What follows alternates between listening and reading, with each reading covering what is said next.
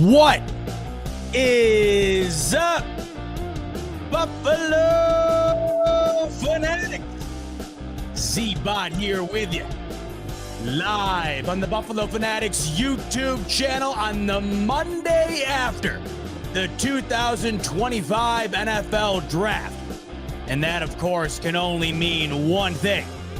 It is the smoke break. So good to have you in. We are officially 48-ish hours removed from the 2025 NFL Draft class being solidified. The Buffalo Bills walk away with 9 new players that they will take into their future, hoping to have at least a few of them be the face of the future of the Buffalo Bills. We, of course, tonight will talk in depth about what happened over the weekend at the draft and how the Bills fared in Green Bay.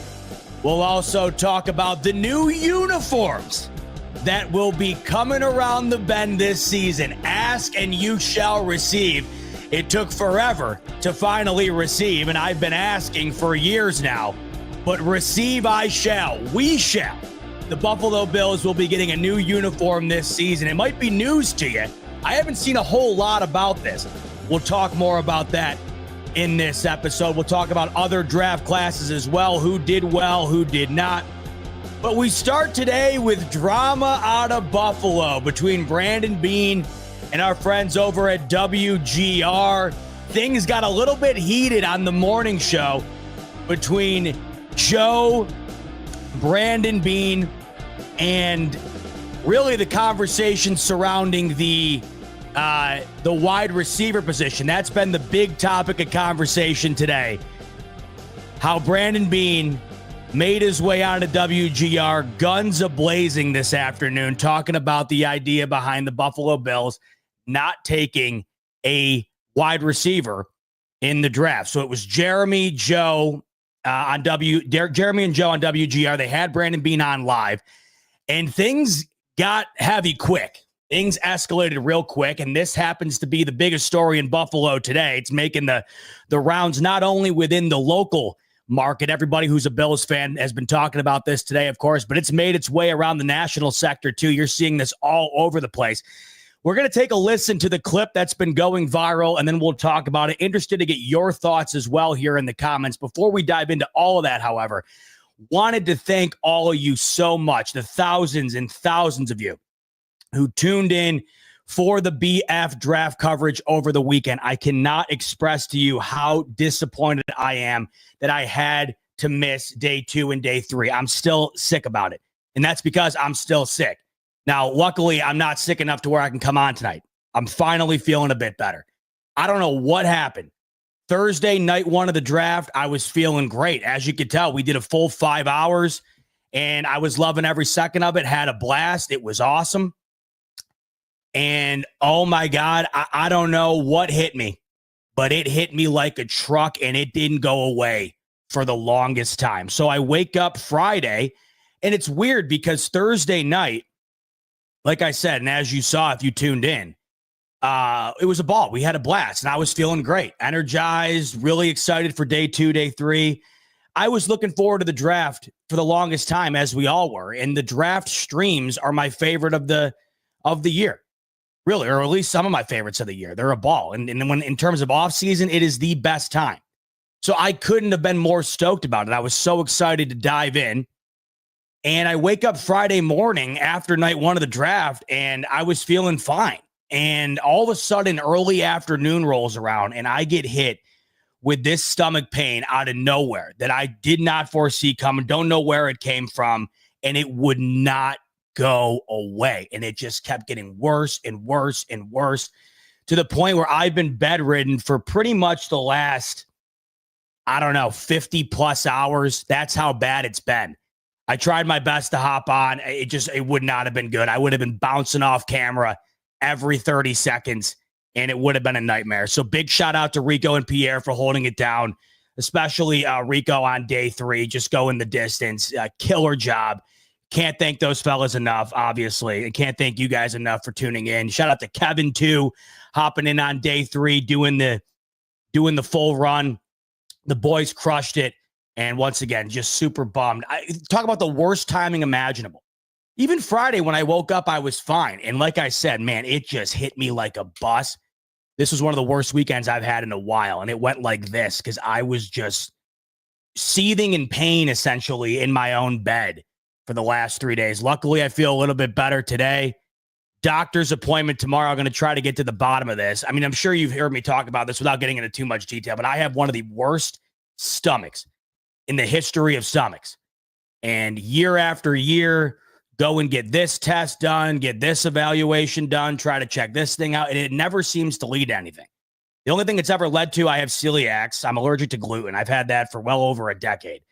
But it's not that because I eat a fully gluten-free diet. So it's not that. Whatever it happens to be, I'll never know because the doctors never seem to find anything. So maybe tomorrow it'll be something different. I don't know. But sorry I couldn't have been with you over the weekend outside of Thursday. The fellas crushed it. Was really bummed to have not been a part of it. But once again, thanks to everyone who was a part of it, who tuned in. It was fantastic. And to everybody who checked in, sent over a message on Twitter, everybody checking in right now, really appreciate you. I am feeling better. Trust me, if this was 24 hours ago, if I was trying to do this show 24 hours ago, couldn't have done it. Literally couldn't get out of bed. It was crazy. Even before the show started on Friday, I thought I was going to find a way to make it on. And it just, usually it gets a little better. It gets a little better over time. Just kept getting worse and worse and worse. So hopefully we're heading in the right direction here. All right, so let's talk about a lot of different topics this evening, starting with the one that I just alluded to, and that is Brandon Beane hopping on a WGR early this morning to talk about the draft class. And things went in a different direction than I think Jeremy and Joe anticipated when this show kicked off. And if you haven't heard it by now, I'm sure you have. We'll take a listen, and we'll talk about, what kind of went down here. So once again, Rico tweeted out the clip, by the way, so I'll use Rico's clip that he put out. It's about a 2-minute segment. I urge you, can't play the whole thing, obviously. I probably shouldn't even play the 2-minute thing here, but we got to give context to it. The full interview is about 17 minutes, so I would definitely encourage you when we're done here this evening, head on over to WGR's YouTube and watch the whole segment because there's more to it than just the 2 minutes, but this, of course, is the 2 minutes that's been making the rounds all over the place throughout the day here. So Brandon Beane once again live with the fellas over on WGR. This is how it goes. You know what? Let me even try to play this. Let me know if the audio plays. I just forgot, by the way, as I'm setting this whole thing up, I just forgot my audio never plays when I play things on the streamer. Let me know if you guys can hear this. I of course you probably won't be able to. Let me know though.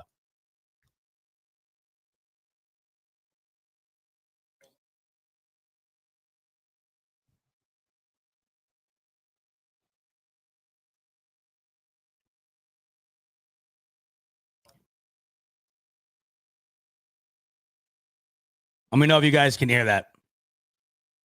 Could you guys hear that or no?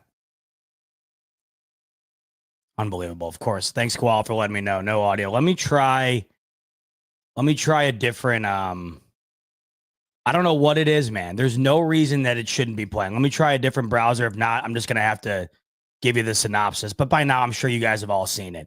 It's probably for the best that I'm not even gonna play it because it's on YouTube as well, so they'll probably clip me for it. I'll try one more outlet here, see if I can get it to go. If not, then I'm gonna have to give you the synopsis. I'll try this one. Let's see. Let me know if you can hear this.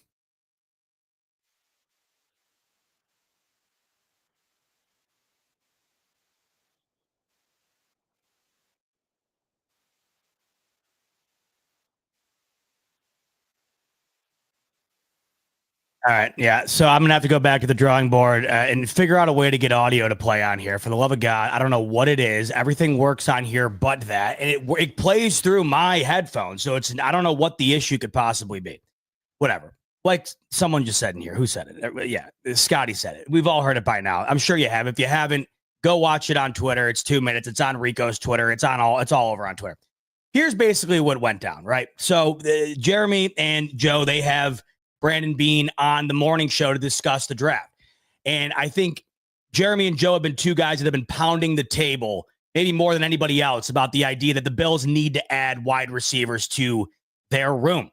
And they were hoping that the Bills would do that in the draft. Obviously, by now, with the draft class being solidified, you go and look, and this was a very defensive-oriented draft. There's no secret behind that. We know that by now. I think we knew that going into it. Maybe not everybody was aware that it was going to be this defensive-oriented. I always thought it was going to be heavy, heavy defense. But even I didn't think it was going to be so heavy to the point where only 2 offensive players were taken, or three offensive players, but really all the way towards the end, 1 receiver being taken, and that wasn't all the way until the Bills' last pick of the draft. If you go and look at my mock draft, by the way, and hey, humble brag here, because none of the other fellas are going to give me my credit. They're all mad at me. They're all mad at me that I came in and stole this thing. Here was the mock drafts, and I was 2 for 3 at the top. Kenneth Grant obviously went earlier than I anticipated. I think he went earlier than many anticipated. He went to Miami. At pick 13? But I got Maxwell Hairston and I got Landon Jackson. So I nailed 2 of the top 3. But if you look at my mock, obviously based on what you can see here, I thought it was going to be extremely defensive heavy. Like, I'm not just saying that in hindsight. This was my mock draft that came out. And as you can see here, I had defense going the first 3 picks. In fact, I ended up picking exactly what the Bills went with in their first 3 picks. The Bills went D tackle, corner, edge, their first 3 picks, just not in that particular order. Then I also had safety, linebacker, and D tackle going in the 3 picks following their 4th pick. So I had the Bills, 6 of their first 7 picks, I had it being defense. This felt like the draft for defense. Now, as you can see, however, in my mock, first pick of the 4th round, I had the Bills taking Torrey Horton out of Colorado. Where the Bills would end up going instead at that same spot, even though they traded around, so it's not technically the exact same position as I had in the mock. But where the Bills would end up going is they'd end up going back to D tackle. The Bills would end up going D tackle with their 2nd pick after trading up. Then they'd go back to D tackle in that 4th round, taking Deone Walker at 109. Now, the Bills initially had 109, traded it away, and then got it back. So I guess it all winds up working out. I had felt after the Bills took care of the 3 biggest positional areas of need, which clearly they felt that to be the same. And I thought this was what it was all along going into it. D tackle, edge, corner. However that falls, best available, leave it up to Brandon Beane. They have 2 second-round picks and a first. I had felt based on the way that the board or the way that the draft was looking going into the weekend, the Bills were going to be able to get value at each one of those positions, having 3 picks within the top 62. We also know that it was a very light offensive draft in terms of weaponry, in terms of outside personnel, wide receivers. It was heavy on running back. But in terms of those splash offensive picks, this was not the draft for that. I mean, for God's sakes, Shakir Sanders fell to the 5th round.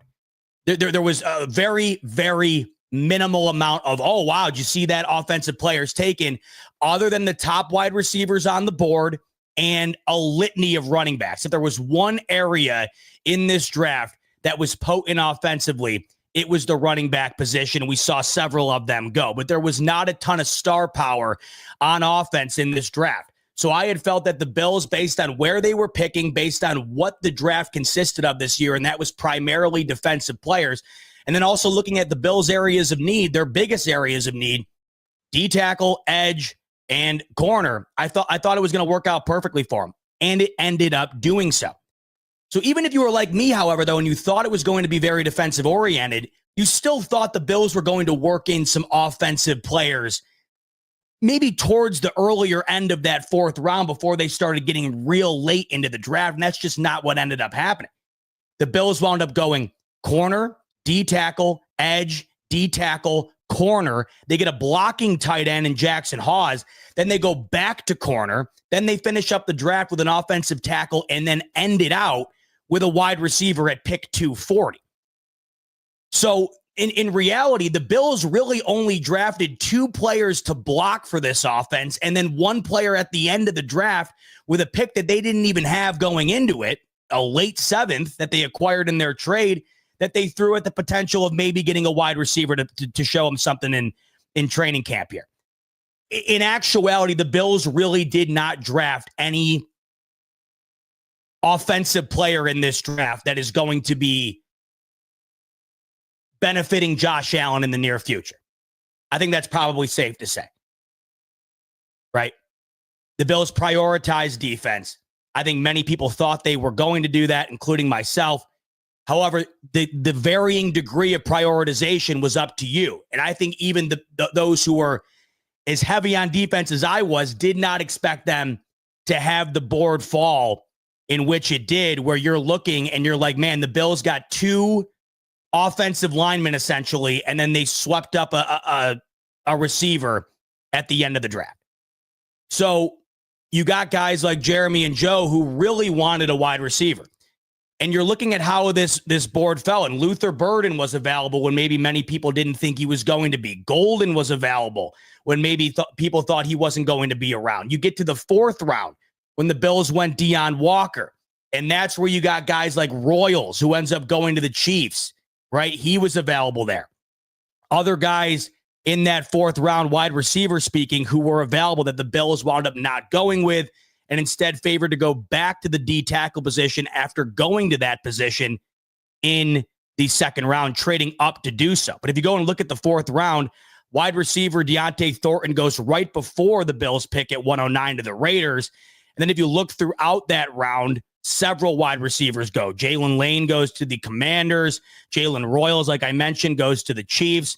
That was one I know a lot of people had circled. I think people thought he was going to go even earlier than that. And I think it pains a lot of people to know that he ended up going to the Chiefs, just like any pick that Bills fans had circled who ends up going to the Chiefs. It makes you a little more mad than if you were to just go to somewhere else. You had Jordan Watkins. He would go to the San Francisco 49ers to round out the 4th round. So they wanted a wide receiver. Beane comes on to this morning show, and he just comes in real hot. And he's essentially saying, no, you guys are reminding me like 2018 all over again. He's like, you guys wanted Josh Rosen. We go Josh Allen. Now you're bitching about wide receiver. And he was using the word bitching. He used the word bitching like 3-4 times. And basically, he came in my opinion, with the idea in mind that there was this massive criticism of the Buffalo Bills over the weekend here, not going receiver at any reputable point throughout the draft outside of the 7th round. Many people thought the Bills were going to prioritize that position. Many people thought the way that things fell, the Bills could have went that position and neglected to. Now, the way, and you got to go and watch the video for context, the way Brandon Beane came on, in my opinion, there's a right and wrong way to address things. There's a right and wrong way, I think, to get your point across. And oddly enough, this time around, I think Brandon Beane chose the wrong way to get his point across. And I say oddly enough because I think that Brandon Beane and Sean McDermott and Josh Allen, they've been the poster child for the way things should be done in the public eye. They've oftentimes been the model, in my opinion. I've said this so many times. They do things the right way. They go about it the right way. They carry themselves in the public eye the right way. And they pride themselves on the Bills collectively being the team that does that. And so you have to ask yourself, now, if Josh Allen were to go on a local radio show and they were having the same conversation and he came in as hot as Brandon Beane did, how would you feel about that? I personally wouldn't love it. Think about if another GM did that. Think about if Veach did this for the Kansas City Chiefs. Think about if another highly respected GM did this in a position where the Bills are going to be competing with that team for a while. How would you look at it? Would you be critical of it, or would you be like, hey, big shout out to him, kudos to him? I think what Brandon Beane had to say and what Jeremy and Joe had to say were both right on both sides of the fence. I think the way Brandon Beane entered the show was a little too hot for my liking. because I don't think that Jeremy and Joe were overly critical of this draft at all. In fact, they were very much praising several of the moves made by Brandon Beane. It seemed to me like Brandon Beane had had enough. He had reached the boiling point of the conversation surrounding wide receiver on this team. And mainly his main point was that the Bills last year scored 30 points in 8 consecutive games. If you count the playoffs, the Bills led the league in points scored. All of that is true. All of that is true. He would also say, though, going into the year, you can't tell me that we're not, basically say like we're fine in that area. This is where it gets a little odd to me, because it's a really unique situation that the Bills are in when it comes to the wide receiver position. The Bills are able to do what they're able to do last year, and really what they're able to do in general on the offensive side of the ball, because of Josh Allen. And that goes without saying. I mean, I don't have to sit here and explain that to you. Everybody knows that. But it's even more pressing when you look at who Josh Allen's doing it with. And I think one of the biggest arguments for Josh Allen's MVP last year was that Josh Allen was able to have the statistics that he did. Josh Allen was able to win the way he did. Josh Allen was able to lead the Bills to where they were led to with less than the majority of the other top quarterbacks in the league. I think that was one of the main arguments, was it not? The majority of people's big time argument on why Josh Allen was the MVP last year, beyond the obvious, and that is the incredible plays made and the statistics, another 40 plus touchdown season. One of the biggest arguments when compared to maybe Lamar or whoever was that he was doing it with less. This idea that the Bills are just more than fine at wide receiver, that I don't particularly understand. So Brandon Beane getting what seemed to be a bit irrationally frustrated about the questioning behind the wide receiver room. I don't quite understand where he doesn't understand it. He was talking about going into this season pretty much being fine at the spot. The Bills are losing Mac Hollins. We don't know what the story is going to be on Amari Cooper. And we go into a year, once again, much like last year, where you pin this wide receiver core up against just about anybody else in the league that's a playoff caliber team, and the Buffalo Bills wide receiver core would lack up against just about any of them. That's a fact. Now, I've told you, I have this really weird dilemma with the position because I'm starting to value it a little less based on how great Josh Allen is. But what is confusing me is the idea that it shouldn't be questioned at all because of what Josh Allen did last year. You're always going to want to improve at that position. And I'm not sitting here saying that the way the Bills approached the draft was wrong. I have a ton of great things to say about what the Bills did in this draft as we get on in the show.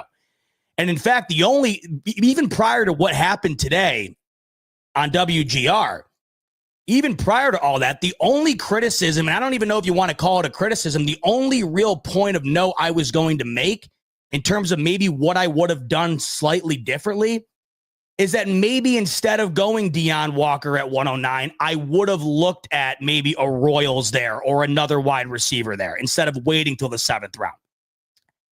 But then again, if that's what it's going to come down to, if this idea that getting a wide receiver in the 4th round was going to be this massive tide changer for the Bills this year, I'm not going to stake my season on that either. I'm not going to stake the future of the Bills wide receiver room on that either.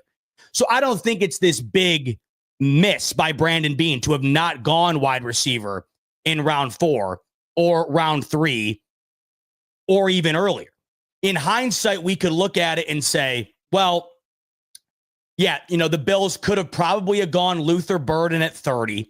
Then they could have waited to the 2nd round where Trey Amos fell off a cliff. They could have gotten him there. Then they probably still could have gotten Landon Jackson where they ended up getting him. Yeah, that's all true. There's a ton of different ways to look at this. The one thing of note, and the reason why I think this is going around the way that it is because of how Brandon Beane addressed these fellas this morning. I think he could have gotten his point across in a much more diplomatic way. I don't think that Brandon Beane, looking back on that, probably loves the way that he addressed that situation. Because I don't think he would have loved it if any other member of that organization, player or part of the front office, were to address that situation the same way. I don't think that Jeremy and Joe said anything that warranted that. And I don't think Brandon Beane had the full context behind the situation going into it. I feel like he might have thought that they were blasting him over this idea of them not going and getting a wide receiver. They definitely wanted a wide out, but they seemed to be very pleased with what Beane was able to do in the draft defensively. And it just felt like Brandon Beane came in guns a-blazing with a narrative already set in his mind that he was going to go right after these guys and kind of attack this narrative surrounding the wide receiver room that wasn't just coming from GR, but has been coming from several other sectors. And I think Beane even alluded to that when he said he was getting that vibe from some reporters at the draft. The Bills wide receiver room, somebody just asked me this on Twitter because I put out a meme. I said, I don't think it's a hot take to say that the Bills wide receiver room needs improvement. Is that a hot take to you guys? And somebody asked me whether it's a hot take to say that it is like a massive concern. The way I look at the wide receiver room, it's not the biggest problem and it's not the biggest solution. To me, the wide receiver room is just The best way to describe this wide receiver room, though, to me, is that if you were to place that wide receiver room onto any other team that didn't have Josh Allen, Patrick Mahomes, Lamar, and I can't even say Burrow because all he's done his whole career is play with one of the best wide receiver tandems in football. There's a very short list of quarterback talent that's going to be able to do what Josh Allen's done with who he's surrounded with. And once again, that was one of the major arguments towards Josh Allen winning the MVP last year. Now, what they were able to do last year without a 1,000-yard receiver was pretty damn remarkable. You're looking at Keon Coleman getting hurt. You don't add Amari Cooper till midway through the season. What they were able to do was remarkable, but it wasn't because of the wide receivers. It was because of 17. And I think a lot of people sit back and they wonder, well, if 17 can do that with that collection of wide receivers, then what would he be able to do if maybe we invested a little bit more into that area? And I think two things here can be true at once. You can understand that the emphasis going into this draft should have been defense. Absolutely. I think you can have that mindset while also having a mindset of, yeah, I would also like to see some improvement at the wide receiver position as well. And I think what a lot of people's issue is with this draft is that they were really satisfied with the top, but they would have liked to have seen some more darts thrown at the board later on in the draft, especially when you had 9 picks. They would have liked to have seen a couple more darts thrown at maybe landing a late round wide receiver, as opposed to using 3 of those 9 picks for, one being a wide receiver in the 7th round, and then 2 being for a blocking tight end and a tackle in the 5th and the 6th round. Now, from Beane's perspective, I understand last year it's got to be frustrating when the Bills do what they did offensively, and yet you still are constantly hearing the noise behind the wide receivers surrounding Josh Allen. It's got to be frustrating. I get that. But once again, I think on the other end, wanting to improve that wide receiver room is justified, because if Josh Allen's able to do what he's done with that room, I think a lot of people here, they sit and say, what would it be if it was even marginally better? It was this much better. You look at last year's wide receiver core, you look at what it looks like going into this year. Going into this year, once again, Mac Hollins was terrific for this team last year. He's no longer on the squad. You're also talking about Amari Cooper's future being up in the air. Now, last year, statistically speaking, it wasn't anything special, but we can all agree that he brought something to the Bills that they did not have prior, and it seemed to help the cohesiveness of the offense moving forward. But going into this year, you have Keon Coleman going into his 2nd year, coming off of an injury, and we already knew that he was going to be a guy that was going to be more of a project in terms of waiting for him to hit his ceiling, as opposed to immediately coming out and being at that ceiling. Now he's coming off of an injury. So you have that. You have Josh Palmer, newly added wide receiver to the team. I have high expectations for Josh Palmer. But once again, another older veteran added to the team that is sort of maybe your Mac Hollins of last year, maybe a bit better. Who knows? But that seems to be that sort of replacement. Curtis Samuel back again, started to come on a bit towards the end of last year. But for the most part, if you're looking at the collection of last year, really wasn't a major impact. And then Khalil Shakir, who's far and away the best receiver on this team, but he has a very specific role that he serves for this team. And it's not a type of role that's going all over the field, up and down. We know exactly what Khalil Shakir does for this team. He does it exceptionally well, but that's one area of Josh Allen's pass game. And then you look at the tight end position, and you got a great tandem there, but in terms of what we've expected from Dalton Kincaid and what the Bills have gotten from Dalton Kincaid are two different things. So we are going into 2025 hoping Keon Coleman hits, still hoping that we get the most out of Dalton Kincaid, still waiting to see what that might be. And then once again, relying on some AG veterans and then another great year from Khalil Shakir. That's basically what the Bills wide receiver room is right now. And if you were to remove Josh Allen from that depth chart and throw any other quarterback's name in there on that starting roster, this fan base, the entire fan base would be saying, hey, we need to get better around this quarterback to give him a fighting chance. But because Josh Allen is who he is, many people are like, well, Josh Allen will figure it out. And, in their defense, he has figured it out. He has. And they did score 29 in the AFC Championship last year. And the defense did let them down, not only last year in the playoffs, but multiple times prior to that. Once again, I go back to the point I just made. I think two things can be true at once. The defense drastically needed to improve in this draft and in this offseason, 100%. But this idea that the Bills are just more than fine at wide receiver, I don't quite get that. I'm not as confident on the idea that they're just more than fine at that position. And the reason I say that is because it felt like a lot of people were getting very aggressive online today on their take that the Bills really don't need to look at wide receiver. And it also felt like when Beane hopped on that show this morning, he kind of had that same mindset where he's like, look what we've done. Look what we've done. Well, once again, that was last year. It was last year. And what you did was extraordinary, but you did that behind an MVP season from Josh Allen. And you are essentially going to have Josh Allen placed in the top three of the MVP votes in order for that offense to do what it did last year.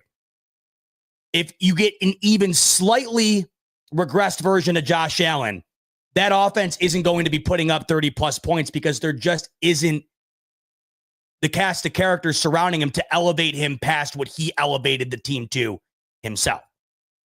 So I didn't quite understand the conviction, I suppose, behind Brandon Beane's demeanor going into that interview this morning.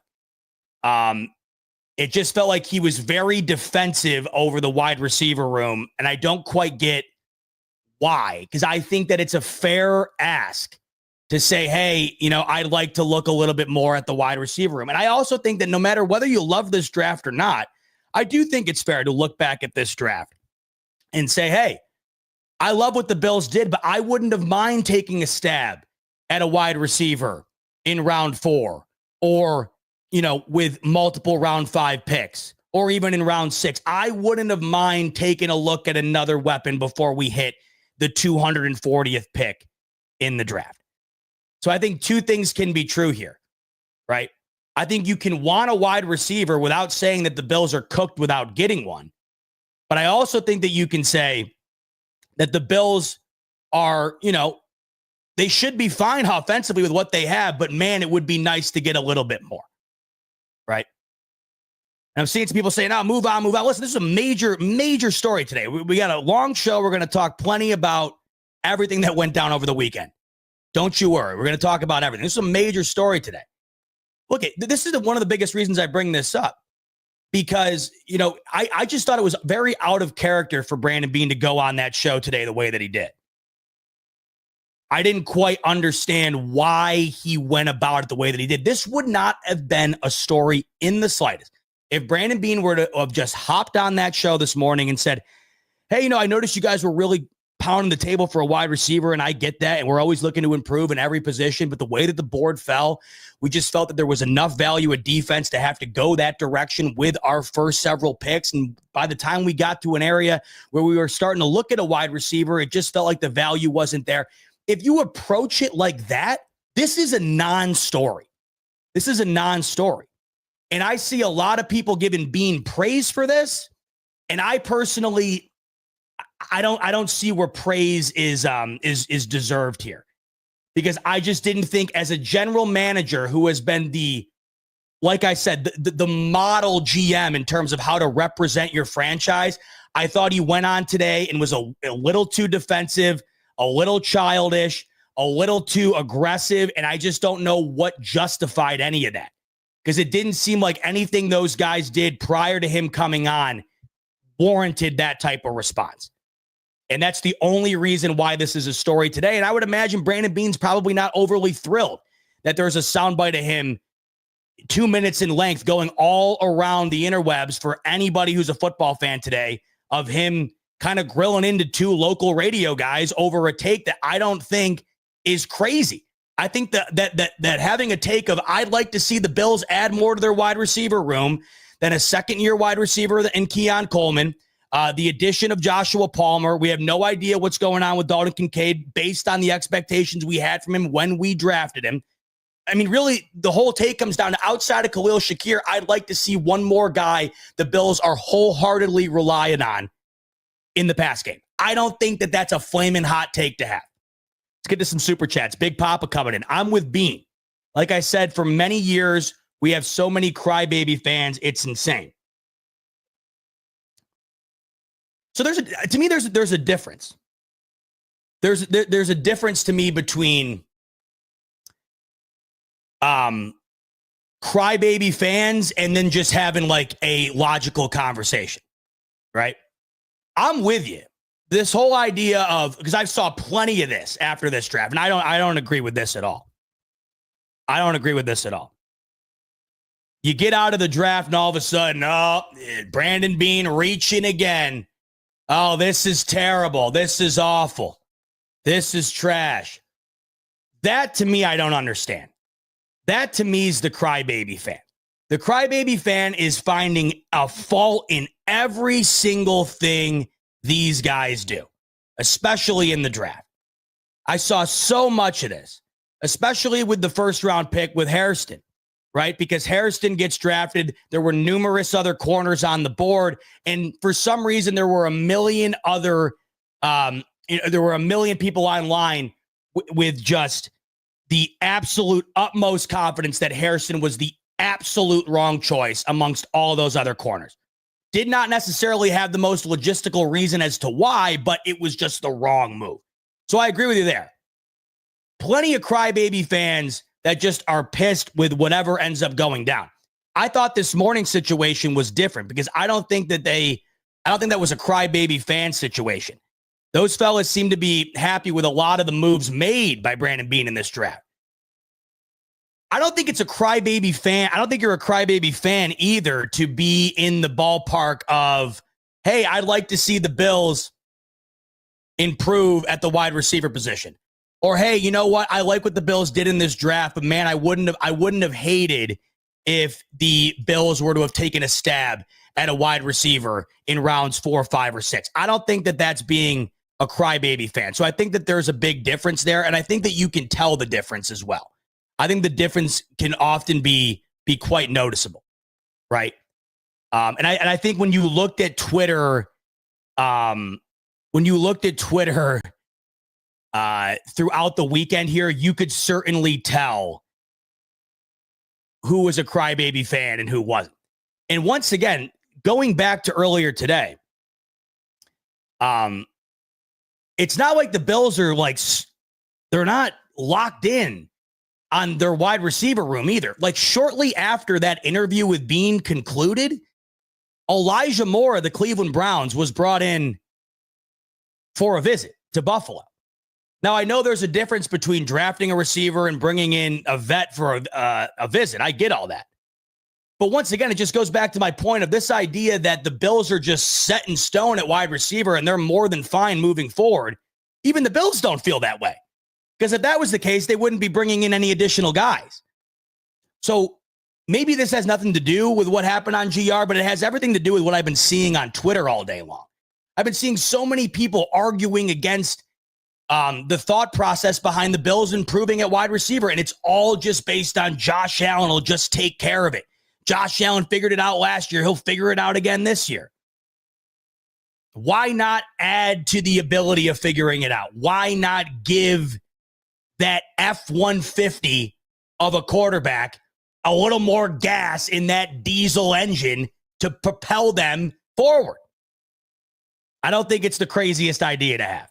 Richie coming in. Richie saying Beane had a point, but what's wrong with adding more wide receiver depth? And this is basically where I'm coming from. I don't think it's such a long-winded way of saying I don't think that there's anything wrong with it. And I don't quite understand why anybody really would have a problem with it. Richie's saying if Palmer or someone else goes out, we're screwed. And you're hoping Coleman takes a step. And that's another thing. You're always just an injury away. Really. And like you just said, if one of these guys go down, if Palmer goes down, last year, Coleman went down. Cooper went down. It just made what Josh Allen did that much more remarkable last year, right? It was basically him, Khalil, Shakir, and James Cook, of course, on the ground. But if it weren't for that O-line, and if it weren't for Josh Allen, and if it weren't for James Cook putting the ball in the end zone, and Khalil Shakir in the passing game, me and Rico had this conversation prior to the draft. I know that this was very controversial. But when we did our mock draft and Luther Burden fell to 30, I said I wanted to at least sit here and have a discussion about it. And I know a lot of people didn't love that. And the reason I wanted to have a discussion about it wasn't because I necessarily wanted the Bills to do it, but because I wanted to sit there logically and say, if you are any other team in this position, any other team, is wide receiver not one of your top priorities if you don't have a quarterback named Josh Allen? Now, the rebuttal to that, of course, is, well, our quarterback is Josh Allen. No, I get that. I get that.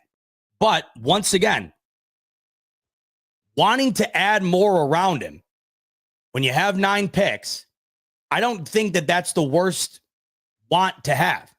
Wanting to add additional players to Josh Allen's aid, I don't think it's the worst take to have.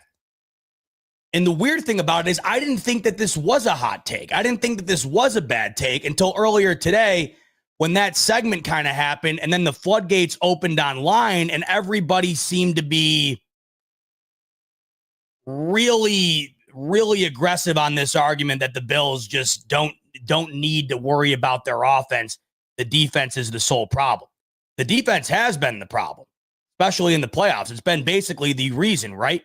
They addressed all that in the draft early on and really throughout the entirety of it. That this was the addressment. I don't think you could find a better way to address the need. But I still don't think that there's a problem in saying, I would like to see both. We have 9 picks. I'd love to see the Bills improve on defense and then also take a couple stabs at improving a wide receiver core that I think, at least I thought we all could agree, is bottom half of the league. It just is. And what they're doing on offense is extraordinary. And this is why I find myself to be in a really weird conundrum with this offense. Because as much as I love to pound the table about adding a receiver, it's tough to when you see what they do last year. And that's why I think Brandon Beane has the conviction that he has based on what he said, where he's like, look what we just did. There's the other side of it that's like, look what you just did with what you had to do it with. What could you do with more? And I think that's where a lot of people come from when talking about the wide receiver and this whole argument. Signified. Looking at the big 4 AFC QBs, Allen, Burrow, Mahomes, and the guy in Baltimore, Allen easily has the worst wide receiver core out of all of them. And I don't know how much of a debate that really is. And I didn't really think that it was this huge debate. Really. I mean, we can throw Burrow out because that's maybe the best wide receiver room in the entire sport. But you look at some of these teams and they're loaded. And I'm not even sitting here saying the Bills have to be that. I'm not saying the Bills have to go out and be the Bengals where you're paying T. Higgins and Jamar Chase top market value money at that position. No one's saying that.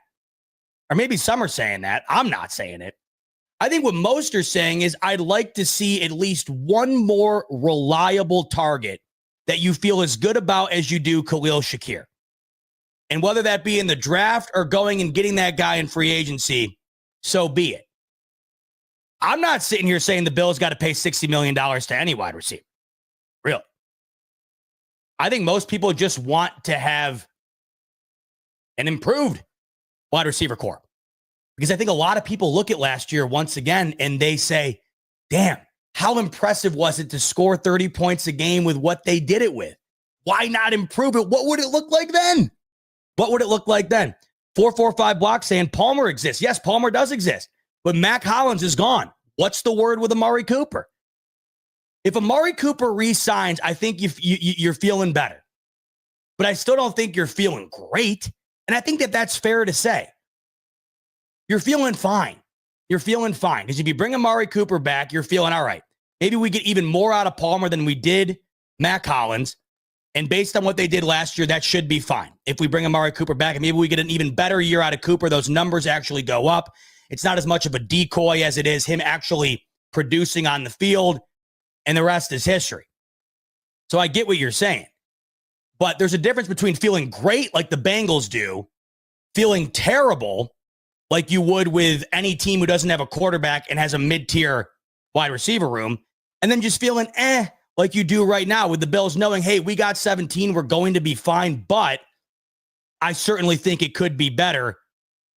And I'd like to see them try to make it better. Richie coming in again. Allen is top 2 QB, but why not make his job easier, if that makes sense? Draft was good, but my fear is we have a lights out D, but an injury, we're toast at wide receiver.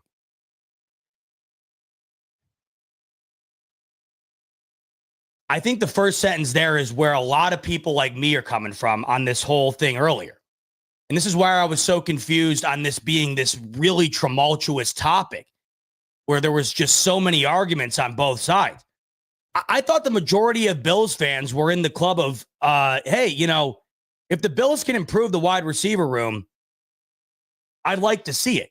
I don't think it's the worst thing in the world to look at that draft and say, man, I think Brandon Beane had a real killer weekend, but I wouldn't have hated him going after a wide receiver earlier than he did. Because, like I said, going into tonight, when I was planning on doing this show prior to this whole thing this morning, my one thing was going to be when they wound up trading up in the 4th round and going D tackle once again, I think that might have been the area where maybe you consider wide receiver. Then again, the counter argument that I mentioned earlier as well. Do you really think the 4th round wide receiver was going to be the game changer? Clearly, Brandon Beane didn't. So you move on.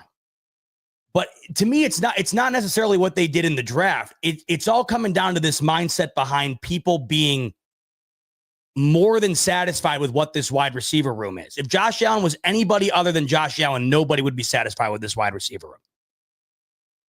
C-Jello coming in. Do you think Coleman will take a big leap this year? I really hope so.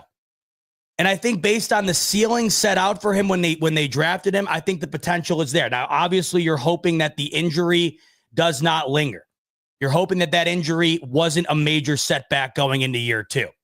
But I felt like when we saw him in that Seattle game, we saw him moving into the year before the injury, we saw incremental improvements.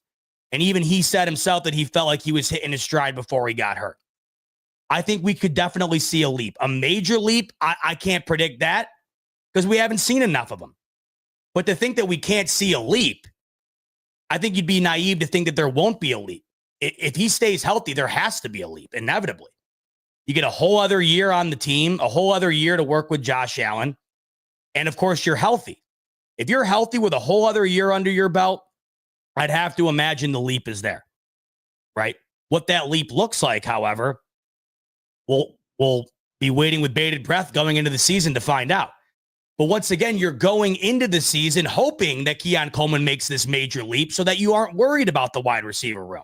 And this is where I think a lot of people, including myself, come from when discussing the current wide receiver locker room. When you are reliant on Kincaid and Coleman to take a major leap in order to feel good about your wide receiver depth, that probably tells you that adding more pieces wouldn't be the worst thing in the world. Richie coming back in. Not all of last year, but be honest. We beat up on a lot of crap teams. I look at our opponents this year, and if we have any injuries at wide receiver, we're screwed. Now, I don't know if I agree with that, because I don't think the Bills beat up on a lot of crap teams last year. I mean, if we look at who the Bills beat, I mean, I'm not saying that the whole schedule was murderer's row, but the Bills beat some quality opponents last year, and offensively, they certainly answered the call against pretty much every single team they played last year. I mean, God, even in their loss to the Rams, their only regular season loss after adding Amari Cooper, they scored 42 points, right? You hang 48 on the Lions. You destroy Seattle. You put 30 up on the Chiefs. You score 29 on them again in the postseason. I look at this year's schedule. Have you looked at their away schedule? And we've gone over this. But I think this year's schedule might be even more favorable. By the way, speaking of the schedule, I cannot wait. That's going to come out in a little over 2 weeks. I'll be live with you as I am every year to break down the schedule in real time once it comes out. But let's take a peek just real quick to Richie's point here, because I'm not overly concerned about the strength of schedule this year. I'm just not. I look at who the Bills are playing this year, and I made a bold take right when this came out. I mean, I could see this away schedule being an 8-0 run here. I really could. The Bills are superior to all 8 of these teams. I know Houston got the better of them last year. You know the Bills are going to be motivated to get revenge in that game this year.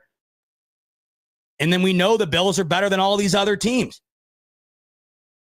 That's just the fact. So I look at this away schedule, I feel fine.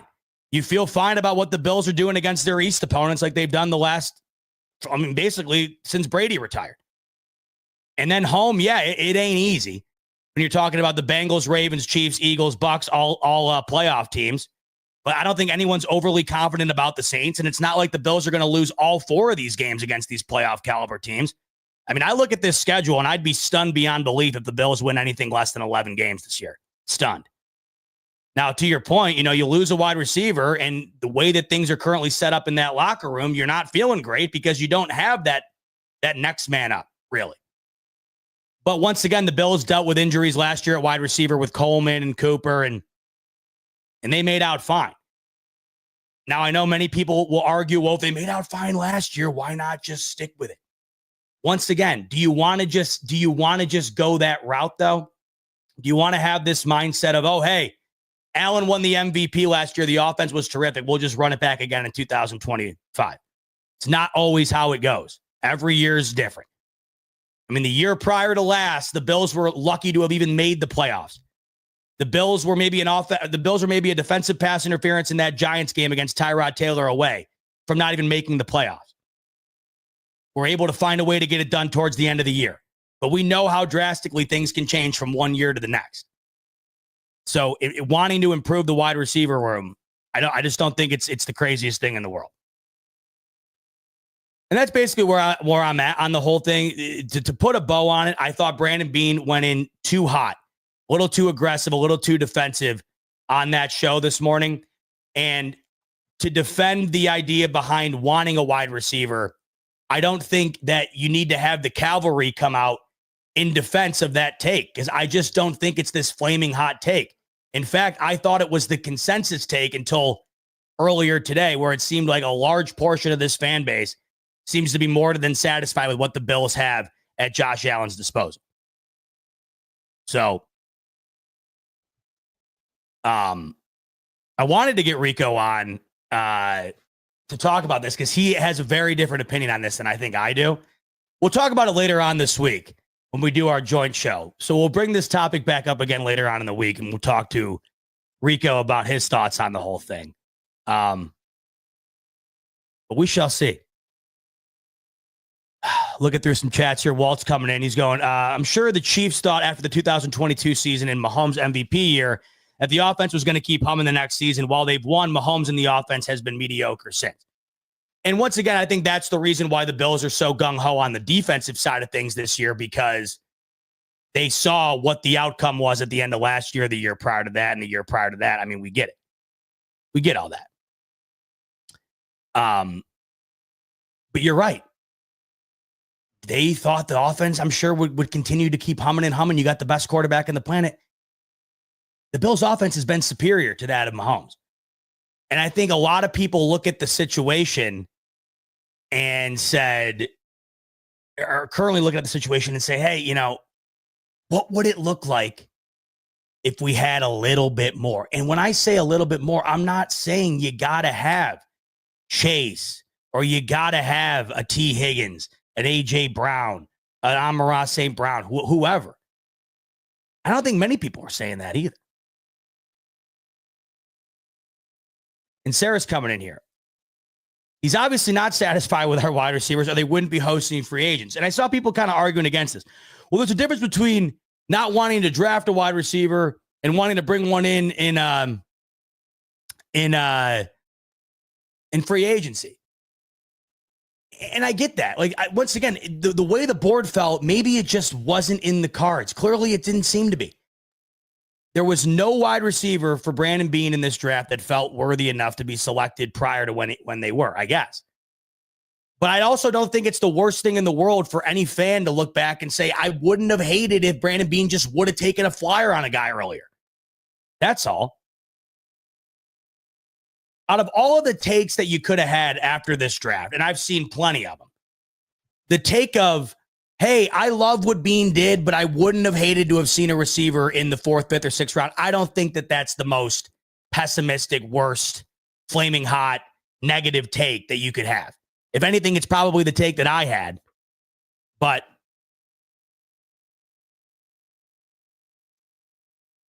it just wasn't that. It also wasn't that. It wasn't that type of draft. So it's tough. Zoomer saying, Z-Bot, stop bitching. I know. That's the word of the day today. Bitching is the word of the day today amongst Buffalo Bills fans. If not for anything else, though, did it not seem did not seem a little bit out of character? And I will say one thing. And I was discussing this with Pierre and Bobby earlier.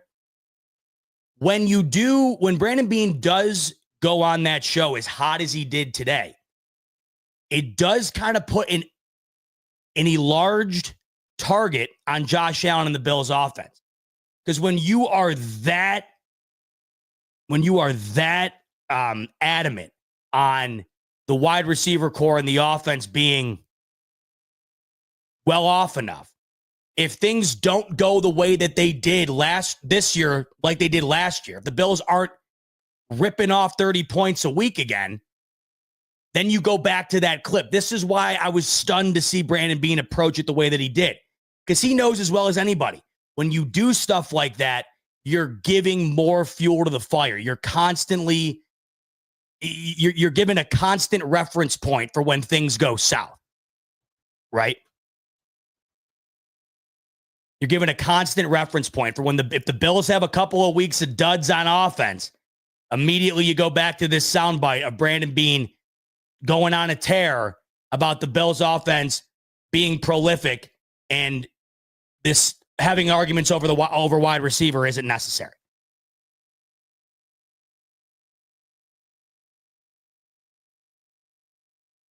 Tim saying, Zeba, did you hear that WGR opened their show with a Beane quote about drafting defense with goofy music underneath of it? Once again, I told you to go listen to the whole thing. There's a long segment. And I also said that I know Jeremy and Joe were far more on the take a wide receiver train than maybe others. They were like leading the pack. But I just don't think that the way Brandon Beane handled it was the right way to do it. I think that he could have gotten his point across. I think he could have gotten that point across in a much more diplomatic way. And I think it would have made sense because what I thought Brandon Beane did say, there was a lot of sense to be made within what he said. Because what he said wasn't wrong. He said last year, look what we did. Look what we did. I mean, he's not wrong.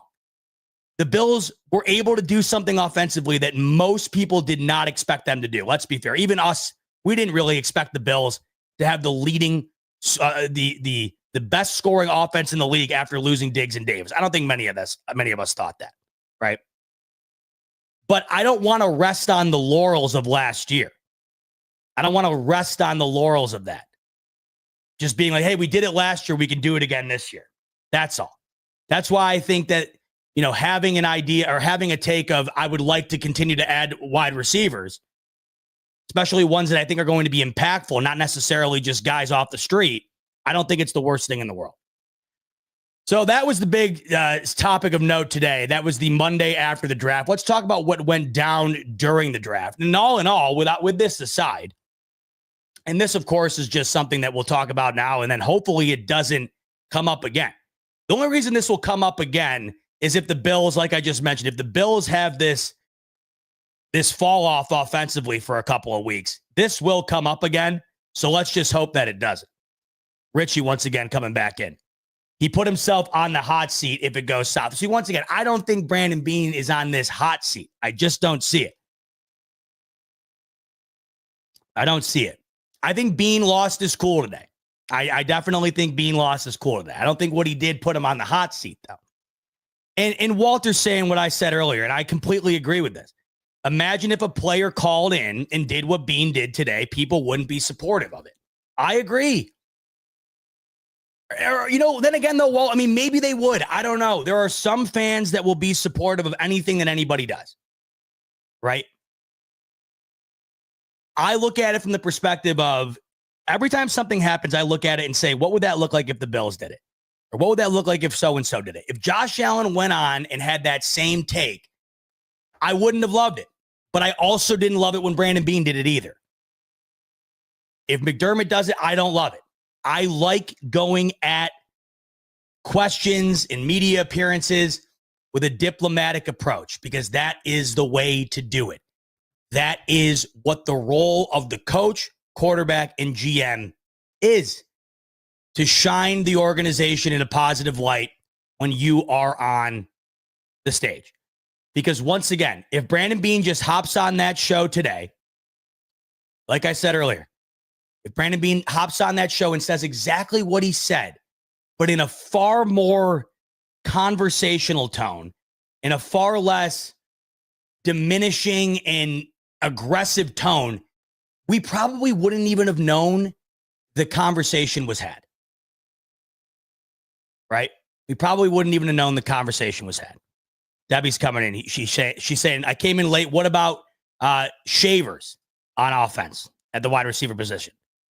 Once again, that's a guy on the wide receiver roster that I think people look at and you're like, yeah, you hope you get something out of Shavers, but I don't think anybody's looking at that thinking that that's going to be this solution. That's going to be this reliable target that you can fixate on like they do with Khalil Shakir. So,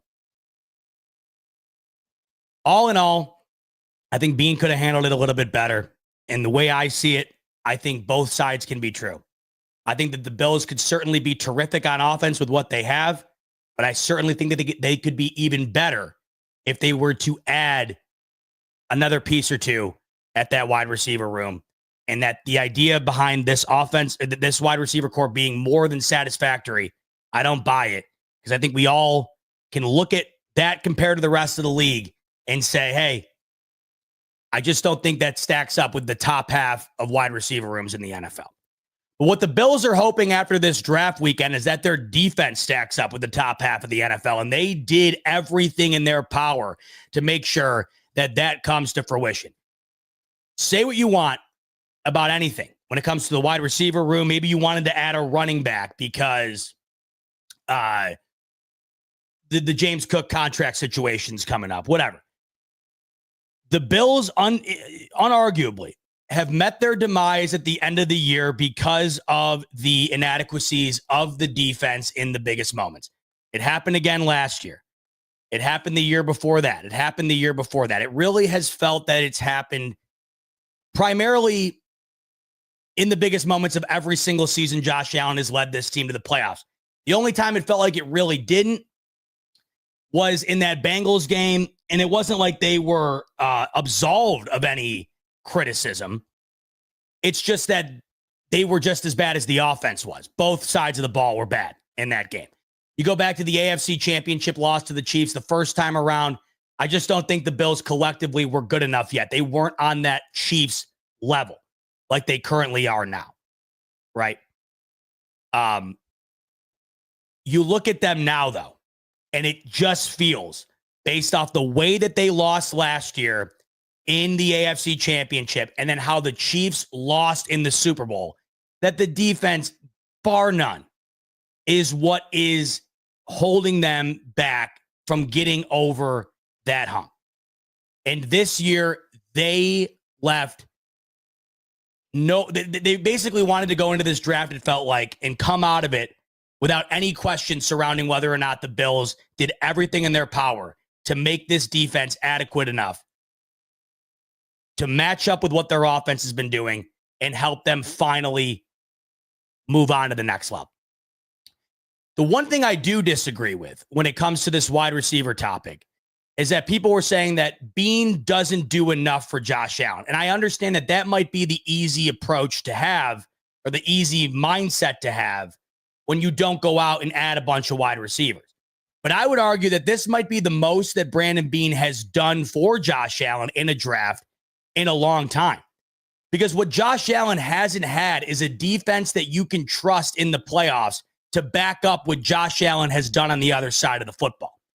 So I think that when you look at what that Brandon Beane just did in this current draft, there's an argument to be had that this is the most that Brandon Beane has done to benefit Josh Allen in all of his draft classes, because he did everything in his power to try and construct a defense going into this year that Josh Allen can have confidence in towards backing up the play that he puts out on the field in that AFC Championship, in the divisional round, what have you.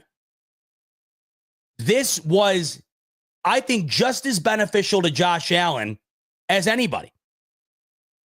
Going out and drafting 4 wide receivers in this draft, sure, maybe Josh Allen directly benefits from it because he's the one throwing them the ball. They're on his side of the field. But Josh Allen collectively doesn't benefit from it because what's held him back the most is the defense not holding up their end of the bargain. So what I think Brandon Beane just did this draft was as beneficial to Josh Allen as anything he could have possibly have done, adding to the offensive side of the ball. This was one of those drafts where it became apparent to everybody who already didn't know it, and how you couldn't know, I'll never know. Everyone's aware. This defense needs to be able to match what the offense is putting out on display in the playoffs. We're going to do everything in our power to try to build a defense that's capable of doing that. And Brandon Beane put his foot forward in this past weekend towards trying to do that. So let's take a peek at what the Bills just did. Let's talk about what the Buffalo Bills just did. This was a draft where, like I said, with my mock draft, like I said, going into it, if you watched any of the shows prior to the draft, this was a draft that felt like the way that it was constructed in terms of personnel, the way the Bills were going to be picking, or where the Bills were going to be picking in this draft, it just felt like it was shaping up to be a defensive loaded draft, a defensive oriented draft. It wound up being that, but maybe far beyond what anybody could have predicted, because it was essentially nothing but defense outside of course, like we've talked about, a couple of blocking offensive players. You get a blocking tight end in the 5th, and Jackson Hawes out of Georgia Tech. You get a tackle, Chase Lunt, out of UConn in the 6th. You get a wide receiver in the 7th round in Caden Prather. But we're talking about the first 5 picks and the first 6 of 7 picks all being defense. Double dipping, even triple dipping in areas that I think everybody would have felt would have been the biggest need on the defensive side of the ball. You wind up taking 2 defensive tackles, trading up for both of them, by the way, and you wind up taking 3 corners. Now, you look at Jordan Hancock, round 5, out of Ohio State, pick 170. He's probably going to be more of a safety than a corner. He's listed as a defensive back. He can play a little bit of everything. It's considered to be sort of that secondary Swiss Army knife. He can play nickel. He can play corner. He can play safety. That's probably what the Bills liked in him this late in the draft, the ability to kind of play a little bit of everything. I would imagine that's more of a safety type pick than it is corner. But regardless, he has the ability and the experience at corner. So you could lump that in with the Hairston pick. You could lump that in with the Dorian Strong pick just 7 picks later, all surrounding on that same area of the field. But Brandon Beane, and once again, this is why I said to go listen to that whole interview with GR earlier. And the other reason why I feel like Brandon Beane knew he might have came in a little too hot today, once the interview kind of kept going on, it wound up becoming a really good discussion. And Brandon Beane sort of came back down. Brandon Beane sort of made it seem throughout that interview like he was coming to terms with the idea that Jeremy and Joe weren't hating on this draft, really. They really wanted a wide receiver, but they weren't like overly critical of the draft. And the conversation wound up resulting in a really good one. And Brandon Beane shared with them that corner felt like the position that they absolutely had to have within the first 2 days. Had to have it. And he had kind of said that you never want to go into a draft with a need because you want to basically have the ability to take the best available, but he wasn't sugarcoating it.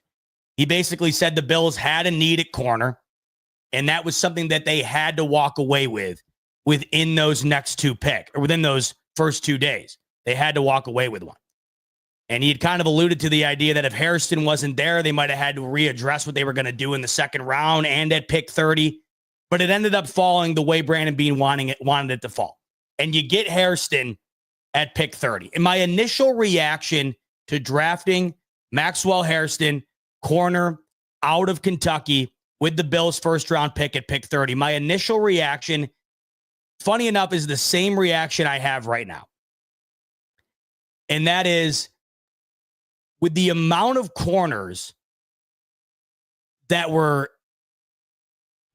available at pick 30, Brandon Beane getting Hairston just felt like they got their guy. You had the pick of the litter. You really did. You could have went in a variety of different ways at the corner position, and they ended up going with Hairston. Even over guys that I would look at, mock drafts throughout the offseason. I would look at Twitter even while the draft was going down. They took Hairston over guys that many would have taken prior to Hairston, right? Several corners that were still on the board. Will Johnson being the big one that many people had, being at most the second corner off the board behind Barron, right? He goes and gets Hairston. So my initial read on that was this had to have been their guy all along. This had to be their guy. And that gave me some confidence, because when you have this many guys, Brandon Beane's got to be able to put his money where his mouth is. The easy choice there would have been take Will Johnson, because everybody here would have thought, oh, he was the best corner available. Let's just go with him. I don't think there would have been much criticism behind that pick. And I don't think if it didn't pan out, I don't think there would be a ton of people saying, how did Brandon Beane go Will Johnson there? Everybody had that guy ranked towards the top of the corner position.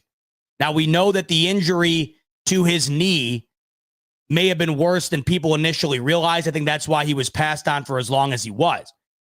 But when you go and get Hairston, you're putting your money where your mouth is, taking him over the litany of other guys that they could have went with. I also think you're getting a guy in Hairston that's different than any other guy that these Buffalo Bills have drafted. And it's different than any corner they've really had on the team since Beane and McDermott have been in charge. You just got the fastest guy in the entire draft. The fastest guy. And the one thing that sticks out to me the most when I go and watch some film on Hairston, yeah, you know you're getting an undersized guy. He's not the biggest guy on the field. And if you were to line him up against maybe an A.J. Brown, that might be a mismatch, right? What helps overcome that is that he did have the second highest vert out of all the corners in the entire draft. So he's able to jump extremely high. But in terms of the physicality, maybe you do get a little bit mismatched against these bigger receivers. But the ability to close out on a route, this dude's ability to do that is second to none, and it's because of the speed. Had the fastest 40 time in the draft, a sub 4.3 40, and you notice that on the field. In particular, when you're looking at routes that are out routes, curl routes, where you're watching him sort of guard his man right off the snap, and then the receiver either cuts out or stops his route. His ability to close in on that is lights out, and it's because of the speed. It's like he's launched out of a cannon. The Bills do not have that, and they haven't had that. And they look at that upside, I'm imagining, and they're thinking, man, there's unlimited potential to what this guy's going to be able to do. The athleticism is scary. The speed is lights out. And I think that they're getting a guy that they've never quite had on this team before, and that's exciting. And I think out of all of the other corners they could have taken, this guy's upside might be higher than any of them. And I think the sheer athleticism was probably superior to any of them as well. The speed, though. I know you don't want to draft a player simply for speed. And I know last year that was the big thing between the Bills taking Coleman over the Chiefs getting Worthy. But the Bills didn't need this, Bugs Bunny type wide receiver. They needed to go up and get a guy. They have Khalil Shakir for breaking tackles, getting open over the middle of the field, getting yards after the catch. He's one of the best yak receivers in the league. That's why they go and get a Coleman. But when you're looking at the corner position, man, there's nothing on the defensive side of the ball that's like what Hairston's bringing to the table. So his ability to tackle, no, it's not the greatest you've ever seen. But once again, you're going to have to take some good with the bad. And I think what you're getting on the good end of things is just so superior that you're looking at the things that he's going to have to work on. And you're saying, I'd much rather teach a guy how to tackle than teach a guy what I can't teach him. And that's speed. You can't teach speed. You can teach a guy how to wrap up and bring a guy to the ground. You were not going to get another guy at this position that was going to bring to the table what Hairston's bringing. And once again, Brandon Beane, this was a ballsy pick for him, more so than I think meets the eye, because he had so many corners to choose from. This was clearly his guy. And even though he's undersized, it just felt like the traits that he brings to the table far outweighed his measurables, and they really feel like he is going to be an impact. It also adds a lot more to how much Brandon Beane had to have been confident about this pick when you think about what he had said earlier on that interview that I was just alluding to. Brandon Beane had mentioned how he had to walk away the first 2 days with a corner. So not only did he have to get this right, but he had the choice of several other guys to try and get this right. So when you think about all that had to go into selecting Hairston, Brandon Beane had to have felt really good about this selection. Had to have. It wasn't like he was the last corner on the board and they said, all right, listen, we really need one. Let's just send in the card. He had choices. Hairston's really exciting. He is really exciting. And I cannot wait to see what he looks like out on the field with these Buffalo Bills. But that speed and the ability to close in on a route is second to none in this draft class. It's unlike anything the Bills currently have on their roster. And I think he's bringing something to the table that's going to be very unique compared to what we're used to on this Buffalo Bills defense. And if utilized correctly, man, could be scary. We're talking about a position the Bills desperately needed to add to, and I think they're adding to it in a way that's going to look different than what it has in years past, but maybe for the better. I think about it like, for instance, in playing Miami, where we know that sometimes the Bills are real good at reading where Tua wants to go with the ball. Sometimes he'll kind of stare down a throw. If you're talking about going up against if you're going up against a situation like that where maybe Tua's staring down his target a little too long, you factor in what Hairston can do with that. The closeout ability is nuts. So I see some pick sixes in Hairston's future because not only can he close out the route, but once he gets his hands on it, he can catch it. He can pick it off. And then with that sub 4.3 speed, no one's catching him on the way to the end zone. So I love the pick. I think the upside's terrific. I wanted a corner going into this draft pretty much more than anything, unless there was a D tackle in round 1 that I felt was more valuable. That's why I had the Bills taking a D tackle in my mock draft, because I thought if they could get a guy like Kenneth Grant to fall, I felt the value was there, and then you could get a corner in the second round. But after Grant was gone, Nolan was gone, Tyleik Williams was gone, Omarion Hampton was gone. The bulk of the first round defensive tackles, really all of the first round defensive tackles for the most part, were gone. You had your pick of the litter at corner. I loved the decision. I love the upside. Can't wait to see what he looks like as a Buffalo Bill. Now, speaking of D tackle, moving into round 2, the Bills addressed that area, and they would go on to address it again in round 4. But initially, they ended up, and I was so upset I wasn't on the broadcast, man. I was so bummed. I'm laying there in my bed, just tossing and turning. So I'm laying over there in the bed, and I got the TV on in the corner. I was so sick that I was basically watching that SpongeBob meme where he's got the suds and one of his eyes rolls off of his body. That's kind of how I was watching it.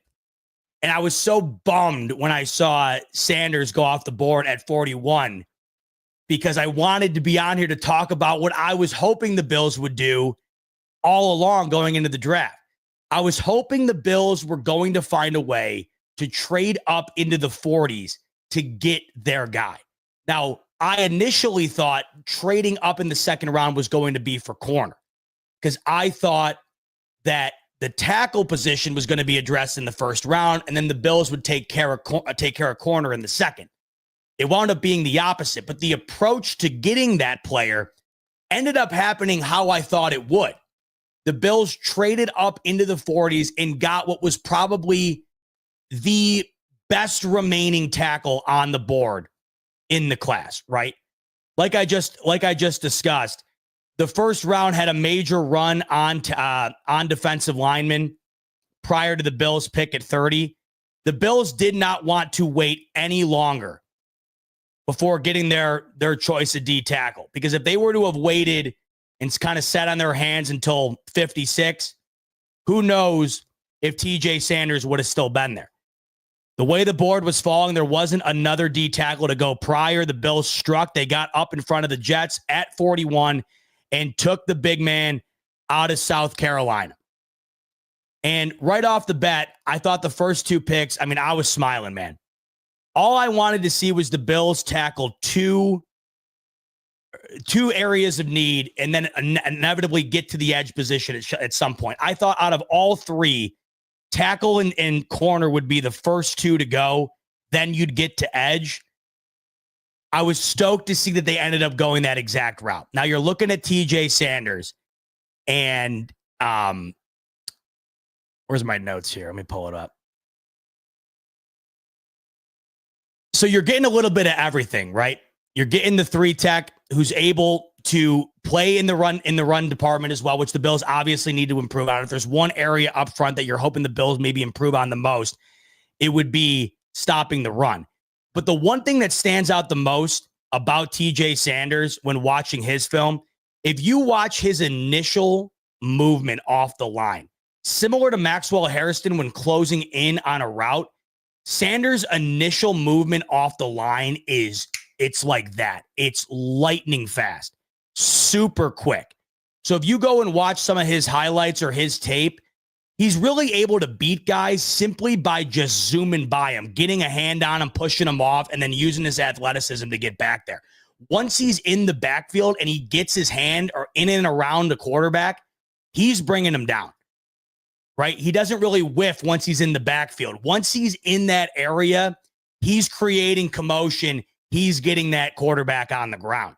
If you go and look at his grades throughout his career, you're getting really solid defensive. You're getting a really solid presence in the run defense category, which once again, an area of need the Bills need to improve on. You're getting that, but what you're also getting is, of course, what the Bills have been hoping to add forever, and that's the guy that can get after the quarterback. And like I just mentioned, it's the one thing that stands out the most when you're watching this guy's highlights. His true pass grade, his true pass rush grade for PFF last year, 90.3. His pass rush win rate, nearly 13% of all snaps. And it just pops off the screen.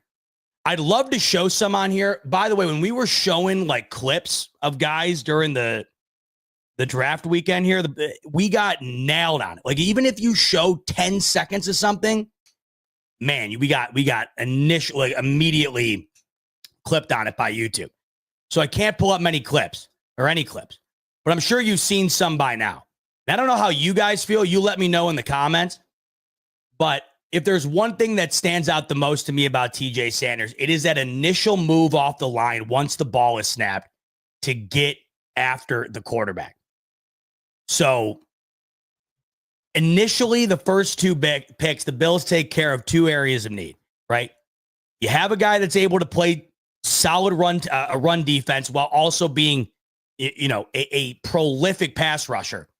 You also get a guy at the corner position that's an athletic specimen. I understand a little undersized, but when you look at the traits he's bringing to the table, it's going to be unlike anything the Bills have had. Two home run picks, I thought, right out of the bat, or right out of the gates. The third pick to me is where it all just chef's kiss. It was just, I'm sorry, but this was a trio, man. This draft, me and Rico tell you guys this all the time. Like, when it comes to drafts, we just hope Brandon Beane nails it. And we're often like, when we're doing our mocks and we're looking into it, like, we look at it based on what the Bills need the most, and we're hoping that we can kind of navigate it based on, what they need, and then hope we nail it. But more often than not, when you're doing your mock drafts or stuff, it's very rare that you're like dead on. I couldn't believe the way I thought that they would approach this draft ended up being exactly how they approached it. And the guys that they got within that approach, just everything about this. I don't know. I don't know. After leaving the first three picks, I don't really know how you could have been upset with what Brandon Beane did with their first three picks through 72 picks of the 2025 NFL draft. You get the corner, you get the tackle. Then it was edge. And boom, Landon Jackson. Dude. This guy. He's already a favorite of mine. This dude is, I think, getting him at 72. Let's go back and not to put, I think it was Rev, and not to criticize him, because I don't think it was necessarily, something to be overly critical of. It just goes to show you what the value the Bills got here at 72. When we were doing our round one draft show on Thursday, prior to the Bills pick at 30, we were talking about what they were going to do. And I think Rev was the one who said, I think they might just go Landon Jackson right here. They might just go Landon Jackson right here. And obviously would have been a little too early. But the mindset surrounding that, just the idea that maybe we even consider Landon Jackson that high. Getting him at 72 after already getting your pass rush D tackle, top of the line pass rushing D tackle, fastest guy in the draft at the biggest area of need on your defense. To get this guy to round out your top three picks, oh man. I don't know how you could look at this guy, beast. Just one look at this guy. I'm sorry, you don't want to line up across to this guy, from this guy. Sorry, you just don't. You just don't want to line up across this guy. Look at him. And we were talking off air. There's something about him. He gives like this Max Crosby aura where it's just like, you can tell he's a really good dude, but man, he's got a vibe about him where you're like, I don't want to mess with this guy. I just don't want to mess with this dude. And that really came to light when you watched him get selected. He was as emotional as anybody all weekend. Out of any draft selection, Landon Jackson was as emotional as any selection out of all 32 teams. Immediately broke down. He could barely talk through the tears. And this is where my whole mindset around him all blended together.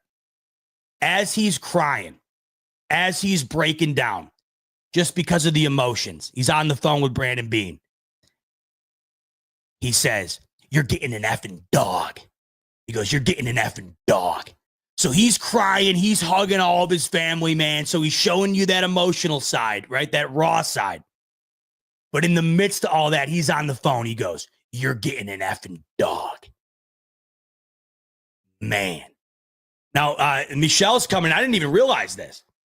He's saying Max Crosby loved the Landon Jackson pick. All right. I mean,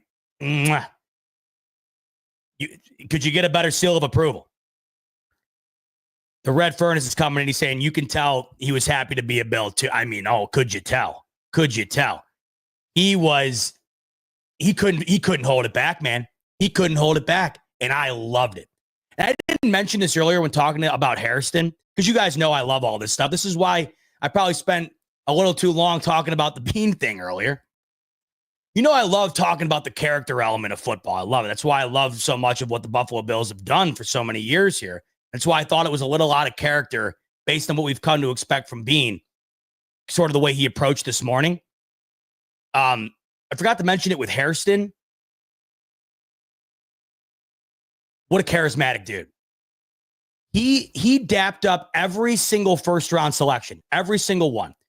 You saw his initial interview. He was just like a beam of light.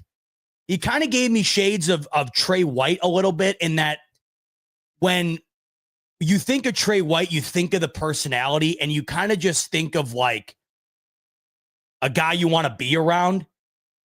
Hairston really gives that vibe.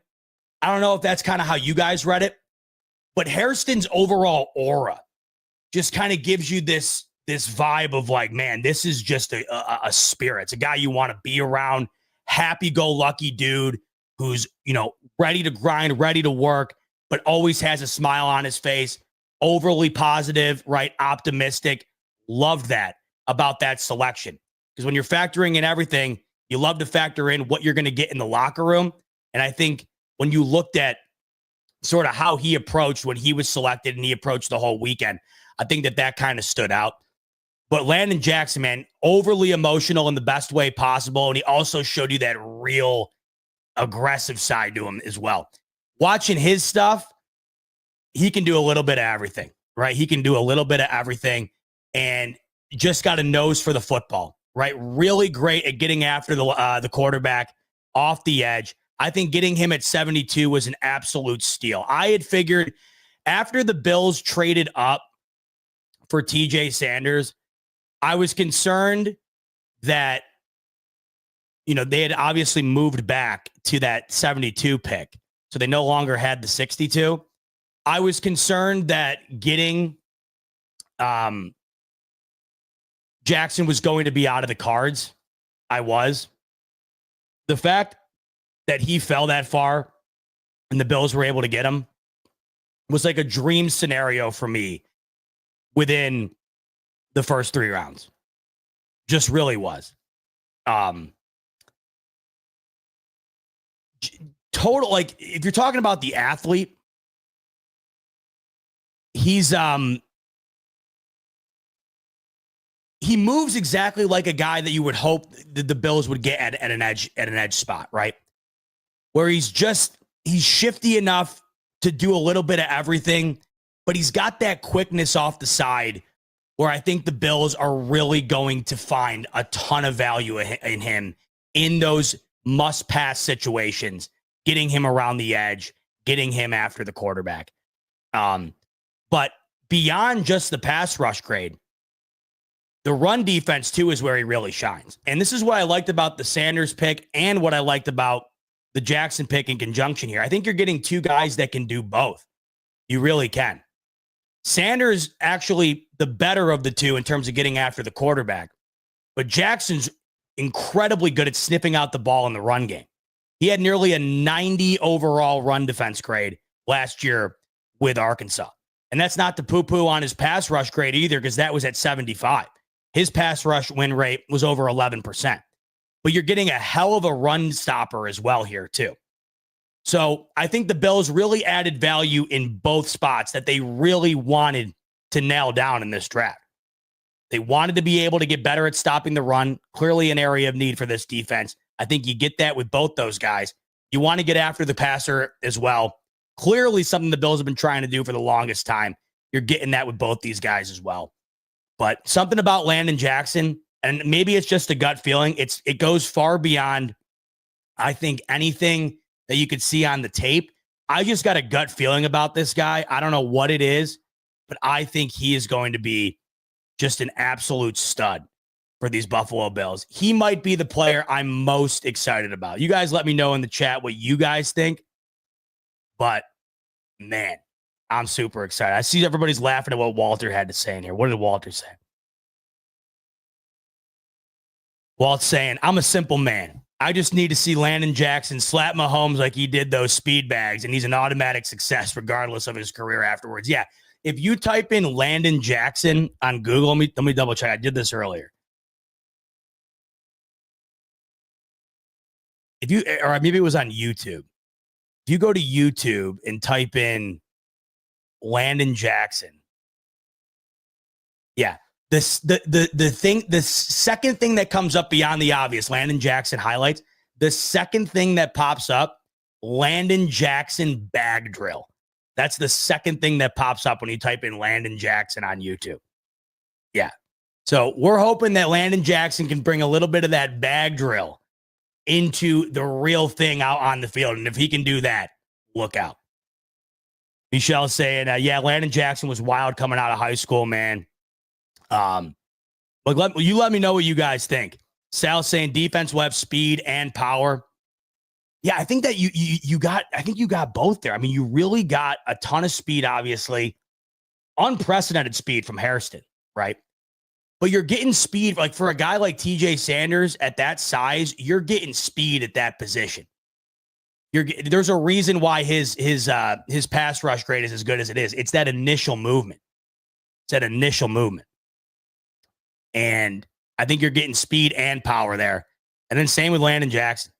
Just love what Landon Jackson's bringing to the table. And I think the potential is sky high there. You also factor in the value too. I mean, the value is at 72. Home run pick for Brandon Beane, in my opinion. Matty DeVideo coming in with the super chat. Every current player that we have in the defensive line are all above 6 feet and are at least over 200 and 300 pounds. So we are beefed up.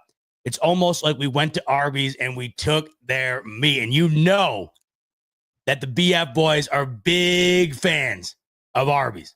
We love our Arby's. There's actually no Arby's commercials, by the way, this time around in the draft, like there have been in years past. If you know, you know. What's Dave saying? He's saying, I love young, naive Bills fans. I used to be like, just like you once. Listen, I'm not as naive as I could be. I used to be way more naive, Dave. I really was. I used to be. The Chiefs games have really knocked some of that naivete out of me. Believe me. Now look at, are all these guys going to be home runs? I mean, come on. I doubt it. I'm just saying, it's not like I said this about everybody. There's just something about Dave saying, I love you. The love is reciprocated, by the way, Dave. There's just something about this Landon guy. And like I said, it's beyond anything I've seen on the tape. It's just a gut feeling on him. And I'm hoping it comes true because I really like the guy. I really do. Now, somebody had just mentioned, it was Matty D, who was saying, we beefed up. It's like we went to Arby's and we took their meat. Well, I'll tell you what. You want to talk about beefing up. You want to talk about having the meats. You want to talk about adding some size to this D-line. Well, that's what the Buffalo Bills did with their next pick. Pick 109 in the 4th round. That's Deone Walker. Holy moly. I mean, this guy, he might be the poster child. If we're talking about walking into Arby's, stealing the meats. Holy cow. 6'6", 345. One of the biggest guys in the entire draft. This is, I don't know, this is a little bit, once again, drafting Hairston seemed a little bit unorthodox compared to what the Bills have done in the past, getting that elite speed. The Bills haven't really gotten this gargantuan, massive plug in and just muddy up the line type guy like they just got in Deone Walker here. And I think that's why the Bills moved up to 109 to get him. And that's why, once again, when we were going and talking about the wide receiver position, in round 4, Beane found more value in adding more size to this D line than maybe taking a flyer round 4 at wide receiver. I might have thought differently about the approach in round 4 if they didn't get a guy that was the size of Deone Walker here, because I just think that this is different. I just think that this is beyond what they've had. And I understand people who are like, I would have liked to have seen maybe going offense in round 4 here after using the first 3 picks on a defensive player. But you take one look at this guy, man. And I mean, holy crap. This is one big human being. This is one big old beast. And now you think about an area on this team that you weren't necessarily like raving about, right? And this is what I think, this is how you can quantify a really good draft, in my opinion. You look at an area on a team that you really weren't like insanely excited about, you weren't raving about to your friends. You look at an area going into the draft that you weren't over the moon about, and you leave the draft and you're really excited about it, that particular area of the field. I think that that's a good marker of a good draft. I don't know. I'm feeling really excited about this Bills D-line. Off of these additions, you add massive size in Deone Walker. You add top-tier pass rush ability in TJ Sanders. You're adding who I think to be an absolute dog in Landon Jackson on the edge. And then, of course, the biggest position in need, you're adding the best athlete at the position from the whole draft at corner. And Justin's saying here, like, this is like how you think about it, right? When you're playing maybe the Ravens, for instance. Like, this is the guy to stop Derrick Henry if he can stay healthy. This is a guy you just throw in the middle of the field, and it's like, what are you going to do with him? What are you going to do with him? 6'6", 350? And you know what's so funny? Red Furnace is this draft is almost making me forget that Joey Bosa was added, right? Joey Bosa in addition. I mean, I'm feeling excited about this Bills front on defense. You know, whether it pans out like we hope it will or not is one thing. But you can't tell me sitting here in April, you guys aren't excited about what the potential could be with this D front. I mean, come on. What's not to be excited about? Great point there. Great point there, Red. Right? And Wet's saying, you know, keep Bosa on ice till the playoffs. People forget because of the injury history with Bosa. When healthy, Bosa is still one of the best pass rushers in the league. It's just the key is when healthy. I think if you get value out of Sanders, if you get value out of Landon Jackson, and you're able to rotate him in, right? Hopefully you can have sustainability with Bosa at the end of the year. And I understand the mindset here. I wouldn't hate it. I wouldn't hate it like when Josh is coming in here saying, you know, Bosa shouldn't play till week 15. Something to think about. I think Bosa was added for the playoffs, and I'm hoping that that's the approach. I really am, because when healthy, the dude is still elite. He's just got to remain healthy. But, you go into the draft, and I don't think anyone was ranting and raving about the D-line. And we'll see if we're going to be ranting and raving about it this time next year. But you can't tell me you're not infinitely more excited about it. And I think that's the mark of a really solid draft, where Brandon Beane, at least in my opinion, has me really, really excited about the future of the front of this defense. And it also has me really excited about what it could look like this year when you're talking about Bosa in the mix as well. Right?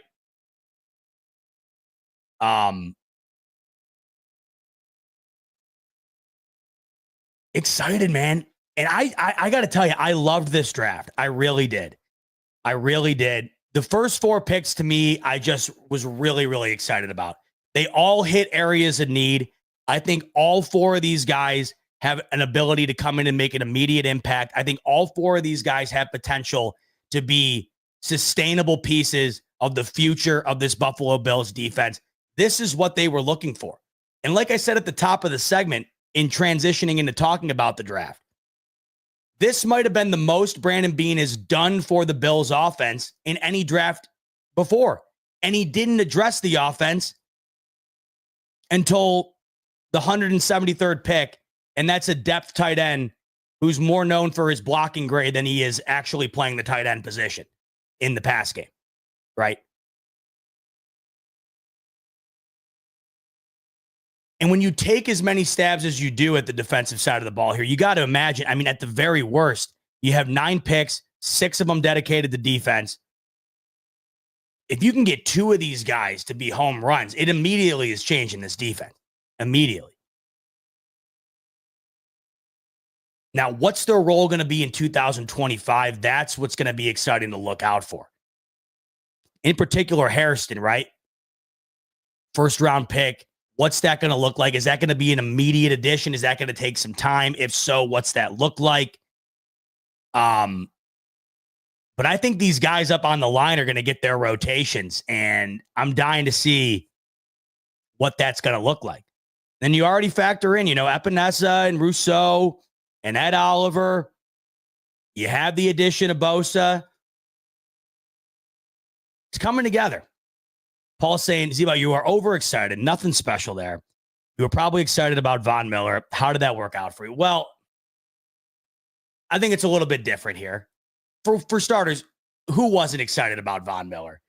But in hindsight, Von Miller, and even at the time, it felt like it was a little much for the player at that age, right? A little much for the player at that age. This is the difference, though. These are guys who are coming in at 21, 22 years old. This is the future, right?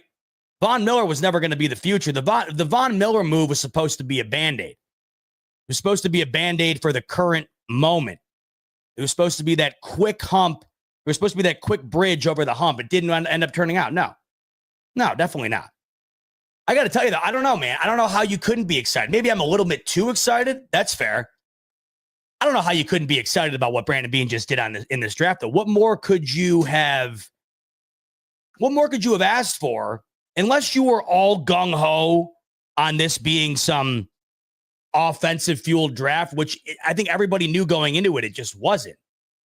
It wasn't set up with the players available to be a draft where the Bills were just going to go nuts offensively. This was a defensive-loaded draft, and the Bills absolutely needed to go that direction.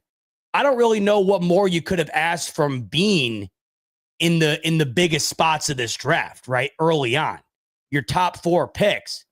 I think these are all 4 guys. All 4 of these guys are guys that could be immediate impacts, long-term impacts, and they all fill areas of need. I don't know, man. I'm super excited. Like I said, we'll have to, like every draft, only time will tell if the excitement ends up being warranted. But to me, a mark of a good draft, again, you go into the weekend and you're like, about this D-line, about the defense in general. You're like, it's okay. And I think you leave the weekend, and if not for anything, obviously it's all up in the air. It's all a mixed bag, and we're not certain on any of it. But you can't tell me the excitement hasn't been notched up a couple of notches minimum. How could it not be? You added to several areas of need, 3 positions of need. You double dipped at 2 of the biggest areas of need. And you're getting a little bit of everything. You're getting top pass rush capability. You're getting massive size. You're getting speed. I don't know how the Bills defense isn't significantly better right now than it was just a couple of days ago. And I think that is all you could have asked for going into this draft. If you were to ask me one thing, if I had one desire going into this draft, it would be, I want to feel better about the Bills defense on Monday than I do Thursday morning. That's how I feel right now. I want to feel better on Monday about the Bills D than I do Thursday morning before the draft. And if I were to tell you going into the draft, look, the Bills are going to be defensive heavy. They're going to add to every position of need on the defensive side of the ball. They're going to get top tier speed. They're going to get multiple D tackles, multiple corners. They're going to get an edge they feel really good about, and they're going to get top tier value on where they got them. You're probably signing up for it. At least I am, depending on where you're at and what you were hoping for going into it. It's always a mixed bag. It's always a what if. The draft is one gigantic roulette game where you got, 270-ish rolls of that roulette wheel. But I think the Bills made some solid bets over the weekend. I really do.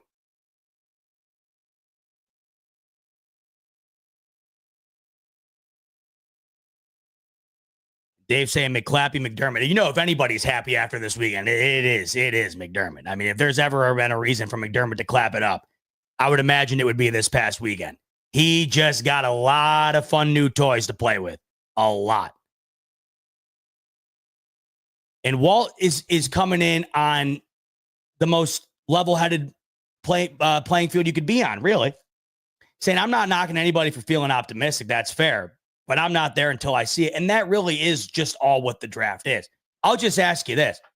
Would you rather leave the draft feeling optimistic, whether or not it comes to fruition or not? Would you not rather leave the draft feeling optimistic than leaving the draft saying, oh, man, I can't make heads or tails of really much of this? I mean, there's a pick here and there that I liked, but, man, for the most part, because I don't know. I mean, and Walt, you can let me know maybe where you were at, and others who are more maybe in Walt's camp can let me know in the chat as well. I'd be interested to see. In the first 4 picks, which, I mean, obviously with any draft, your top picks are your most coveted. With your top 4 picks here, what would you have liked to have seen Brandon Beane do differently, if anything? Because I just think circumstantially, the way things felt, the way he navigated the board, the positions that they attacked, and who they ended up walking away with. I'm satisfied. And I'm not like that every year. I mean, I wasn't particularly satisfied last year trading into the second round. I just wasn't. I just thought the Bills got a lot of value in the first 4 picks. I thought they navigated the board well. They moved up and got their guys. They sat still and got the guys that they were hoping would fall to them, Hairston being the perfect example. But you guys let me know. I mean, in the first 4 picks, what would you have done differently, if anything? Because to me, that's what I value the most. And those first 4 picks had me awfully excited about the present and the future of this Buffalo Bills defensive side of things. As we move on, first 5 picks were defense. Pick 170 in the 5th round, Jordan Hancock out of Ohio State. Touched on him a little bit earlier. As I said, a guy who can play corner, who can play nickel, plays safety. Got to be what Brandon Beane saw in him. I was thinking the Bills were going to attack safety at some point. They ended up doing it right around where I thought they would. If we go back to my mock draft from the BF side of things here, I had the Bills taking safety with their 5th pick. And what do you know? Being the guru that I am, as you know, I'm a draft savant. The Bills did end up going safety with their 5th pick. I'm not going to lie to you guys. I'm not going to be able to outdo this draft. I'm not going to be able to outdo what I did, I don't think, next year. I'm not going to be able to outdo this. I nailed 2 of the first 3 picks, and I nailed 4 of the first 5 positional groups, almost in order. The only thing I didn't get right, and this is where I think people were having their faults, is that I think I also had him taking multiple D tackles. I should have added more. I should have known better. I should have known that a double dip at corner was inevitable. This is where I think, where I had him going receiver, and so did Bobby. I think that's where people might have their biggest gripe of this draft. They were maybe hoping that the Bills went receiver earlier. We've touched on that ad nauseum tonight. But I think when you get one of the biggest guys in the entire draft early in round 4, at a spot where you were hoping the Bills were going to add to a D tackle, and you also got a D tackle you feel really good about in TJ Sanders early in the second, kind of get both those types of games, 2 different styles of play there from Sanders and Deone.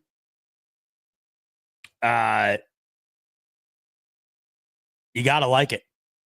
Now, like I said, I thought they were going to go safety later on. That's exactly what they did. Now, this is more of a hybrid, not necessarily a true safety, but I think he's more of a safety than he is a corner. The benefit of taking a guy like that, especially when you needed as much corner help as you could get, and the Bills would end up going corner again just a couple of picks later, and Dorian Strong out of Virginia Tech. Brandon Beane probably looked at that and said, hey, we can get a little bit of everything out of this guy. Let's bring him in and see what he does best, and maybe we can try to implement that into what we got going on. The blurb on him is that, he was, his claim to fame was essentially his coverage abilities in Ohio State, or at Ohio State. He had an 82.2 coverage grade at Ohio State last season. And he was solid for them both of the last 2 years at Ohio State. Of course, the national champion Buckeyes that I know Walt and other Buckeye faithful in here must be happy about. Now, this is where you get into the weeds here. Like, I'm not going to sit here and pretend like as we get into Jackson Hawes at pick 173, round 5, I'm not going to sit there and be like, hey, this is a guy that's going to revolutionize the way the Bills are approaching the offensive line, right? This is the guy, they're going to lean far more towards doing X, Y, and Z. I mean, this is where it's like, I don't know. And once again, back to the whole mindset surrounding receiver, I get where you're taking a flyer on a blocking tight end. Maybe some people out there wanted to take a flyer at wide receiver. The other thing too, this wide receiver conversation, man, it's just, it's going to be fascinating forever. It's going to be fascinating for as long as Josh Allen's the quarterback. This was such a weak wide receiver class. I'm dying to see what the top of this class looks like. I don't know how you guys feel. Dying to see what the top of the wide receiver class looks like. Is Luther Burden, are people going to be pissed they waited on him in the first round and let him slip to the second? Is he going to be the real deal? To me, like, man, I still can't get over what Jacksonville gave up to get Hunter. I still can't get over it. Is he going to be that good at the position? Because I mean, I didn't talk about it much on Thursday because we had a million things to talk about. I am not this believer in him being this guy that's going to play 25 snaps at wide receiver and 25 snaps at corner every game. I'm sorry. I hope he proves me wrong because it's going to be one hell of a watch. If that's what he ends up being, I mean, I cannot emphasize this enough. I really, really, really want to be proved wrong because it would be a show. If Travis Hunter becomes what he wants to be, and that is a prolific player on both sides of the ball, not what he wants to be, it's what he is. He just won the Heisman. He won the Heisman in the Big 12 at Colorado, playing on both sides of the ball. I'm not taking anything away from him. He's one of the best two-way players, maybe the best two-way player we've ever seen. Won the Heisman as a result. More than deserving of being drafted where he was. But when you look at what Jacksonville gave up to get him, I still can't get over it. And I mean, like Sarah's saying, look, I think the guy's a tremendous player. He was certainly the best offensive player in this draft. I would not even come close to giving up what Jacksonville gave up to get him. And anyone who's criticizing Cleveland on making that move is nuts to me. I would have signed up for that every day and twice on Thursday night. Seriously. But, he's another one. I can't wait to see what that looks like. I can't wait to see what Burden looks like, having fallen out of the first round. Trey Harris towards the top. What's that going to look like? I think Golden fell a little farther than maybe people thought he would. What's he going to look like? There was not a ton of depth in this wide receiver class. There was not a ton of top-heavy star power in this wide receiver class. So it's an interesting one to look at when you're talking about where the Bills went. I really do think because of how heavily loaded the defensive personnel was in this draft, it made sense that it aligned exactly what the Buffalo Bills ended up doing and what I think they wanted to do all along. Yeah, I mean, like you said, Sarah, they really did sold the farm. Let me pull up the numbers on that again. Man. And then Atlanta trading their first round pick next year just to get back into the first again with the Rams. I thought that was crazy. But this Jacksonville trade, man, I mean, Travis Hunter is going to have to, man, I'm trying, what's the best way to phrase this? In order for that to pan out, the amount of capital they gave up, he's going to have to be, like, at the very worst, a top 15 corner, and at the very worst, like a top, 8 receiver for that to make sense.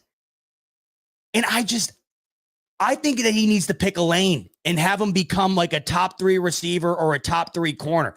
I don't know how you can be both. There's a reason it hasn't been done. And once again, no one's rooting for him more than me. As long as it's not at the Bills' expense. Don't do anything against the Bills, Jacksonville. But in any other circumstance, I am going to be sitting there watching Jacksonville games with a bucket of popcorn. And I wasn't saying that a couple of days ago. I mean, was anybody? Really? Was anybody?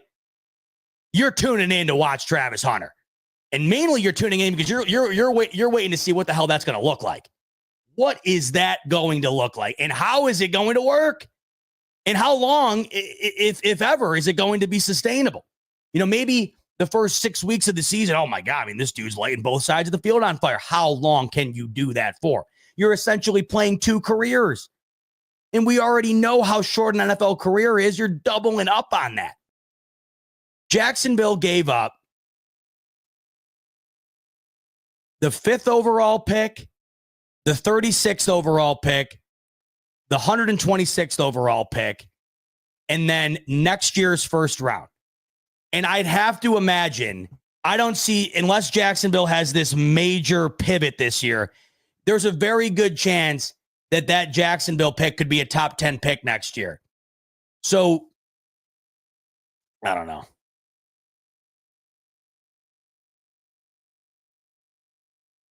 I'm very excited to watch and see what goes down with him. Saw someone in here earlier. Where was it? Yeah, Wet Penguin saying, did he talk about the jerseys yet? Not yet. Don't you worry. We are going to get there in a second. Man, the draft had a lot of things that made me happy. I'm still so pissed. I was sick, man. There was so much great stuff that went down, including the announcement once again of the schedule release. The schedule will be released in a couple of weeks. One of my favorite days of the year, one of the most underrated sports days of the year. It's May 14th. So today's the 28th. So it's a little over 2 weeks. I pull my calendar up here.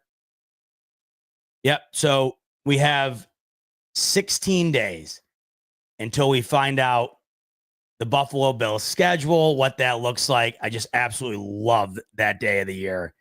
Get the schedule release videos. Hopefully the Bills come correct this year. I haven't been the biggest fan compared to what other teams have done with the release videos. Maybe we get something fun this year. I mean, whatever, it ends up not being a thing. I just always love to see what the schedule looks like. I'm obsessed with it because it starts to feel real. As soon as you see the schedule, everything starts to feel real. The season feels right around the corner. You can start making your plans. You can start kind of conceptualizing what things are going to look like, making your predictions. It's the best. That's 16 days away. So all in all, let me know in the chat, by the way, what your overall thoughts were on this draft. If you couldn't tell, I thought it was a really solid one. I mean, really solid. In terms of a grade, I mean, I'm looking at like an A minus. I think at the top of the draft, the first 4 picks, that's an A minus to me. You nailed all the positions of need on the defensive side of the ball, which was primary. And that was the primary goal. So the side of the ball, you get 4 players in the area in which you need it the most. You fill 3 positional groups of need. You double dip at one of need with 2 different types of guy at D tackle. You get the speediest guy in the entire draft at corner. You get great pass rush presence in the second. You get incredible value at edge in the third. You get one of the biggest guys in the entire draft in the fourth. Now, as it goes on later into the draft, I have a really tough time, like really weighing my draft grade on what happens after, like once you get into the 5th round. Like, how am I supposed to really morph the Bills' draft grade or my perspective on their draft with what they do at 170 and on, other than did they attack areas that I would have attacked? And the answer to that, to me, is yes. As you saw earlier, I thought the Bills needed to go safety and would go safety later in the draft. That's what they did in round 5 in Jordan Hancock, kind of a two-way defensive back.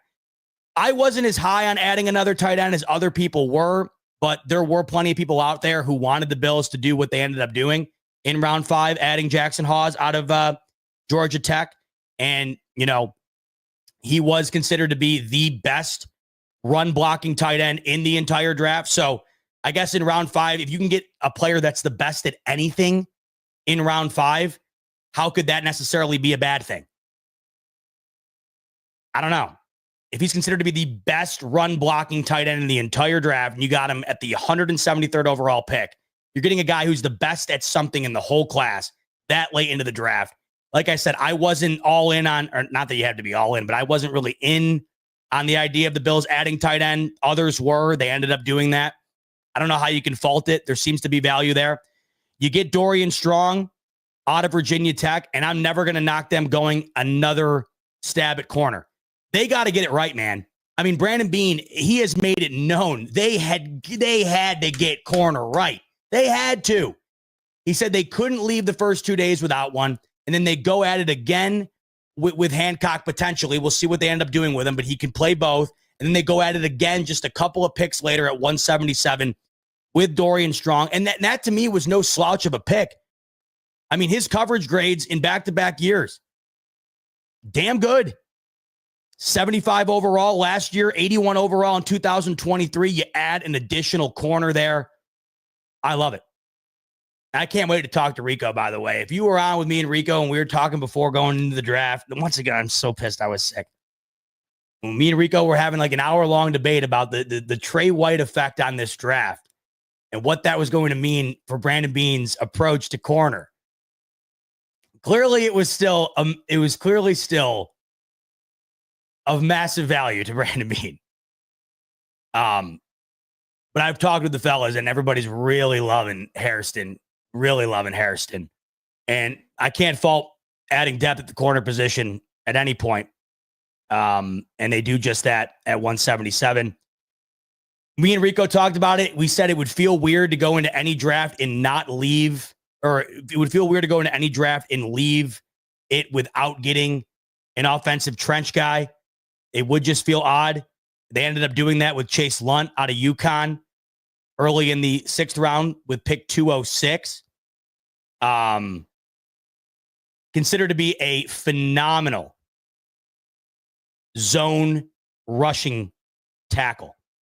88.2 overall grade on his zone run blocking, according to PFF. So they pick up a trench guy at 206. It feels like you always end up just doing that. You take a stab at somebody on the offensive line. And then, 7th round, Caden Prather. I don't know much about him, but they do end up throwing a waiver at a guy in the 7th round out of Maryland. 6'3", 210. That's good size. I mean, certainly you like the size. Once again, 7th round receiver. I'm not going to sit here and pretend like that could be anything. You hope it's something. I mean, you hope it's just something.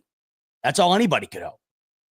I know it was a little late for that position for some, but based on what they did at the top, really solid all around. This was an A- type draft for me. No question. Ryan's saying I blocked him. Ryan, I didn't block you. What are we talking about here? Block. I'm not blocking you. They brought in Hawes and they brought in Lunt to do the blocking. Bot ain't doing the blocking. Here's a super chat. Ryan's coming in. Appreciate you, Ryan. I didn't mean to miss it, by the way. I think I was saving this one. I had it started, so apologies for taking so long on it. Ryan's coming in. He's saying, hey, Z, is Derrick Forrest our only prototypical free safety? Well, yeah, that's interesting, right? Because now the Bills do have they have multiple safeties on the roster, but they're not necessarily like considered to be that tried and true free safety. It's a really good question that you're bringing up because we just mentioned it. They draft Hancock. He's considered to be a two-way type guy, can play corner, nickel, also safety as well. But because of that, he's not considered to be your cut of the mill or your run of the mill free safety, right? Neither is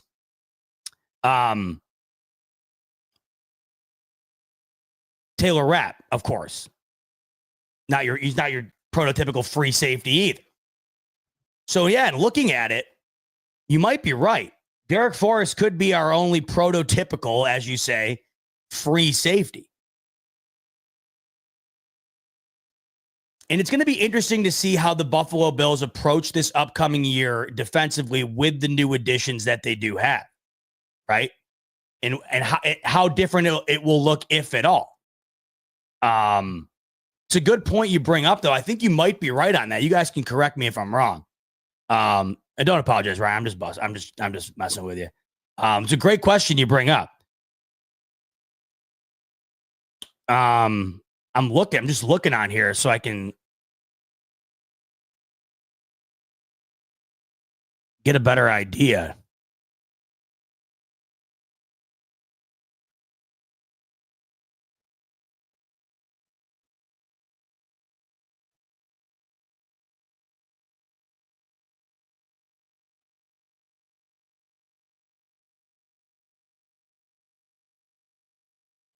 I mean,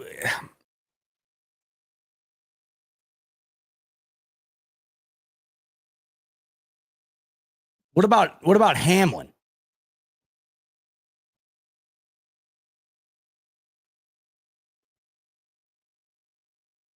No.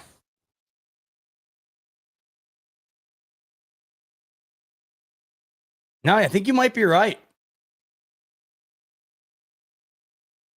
So it'll be interesting to see how they approach that whole situation.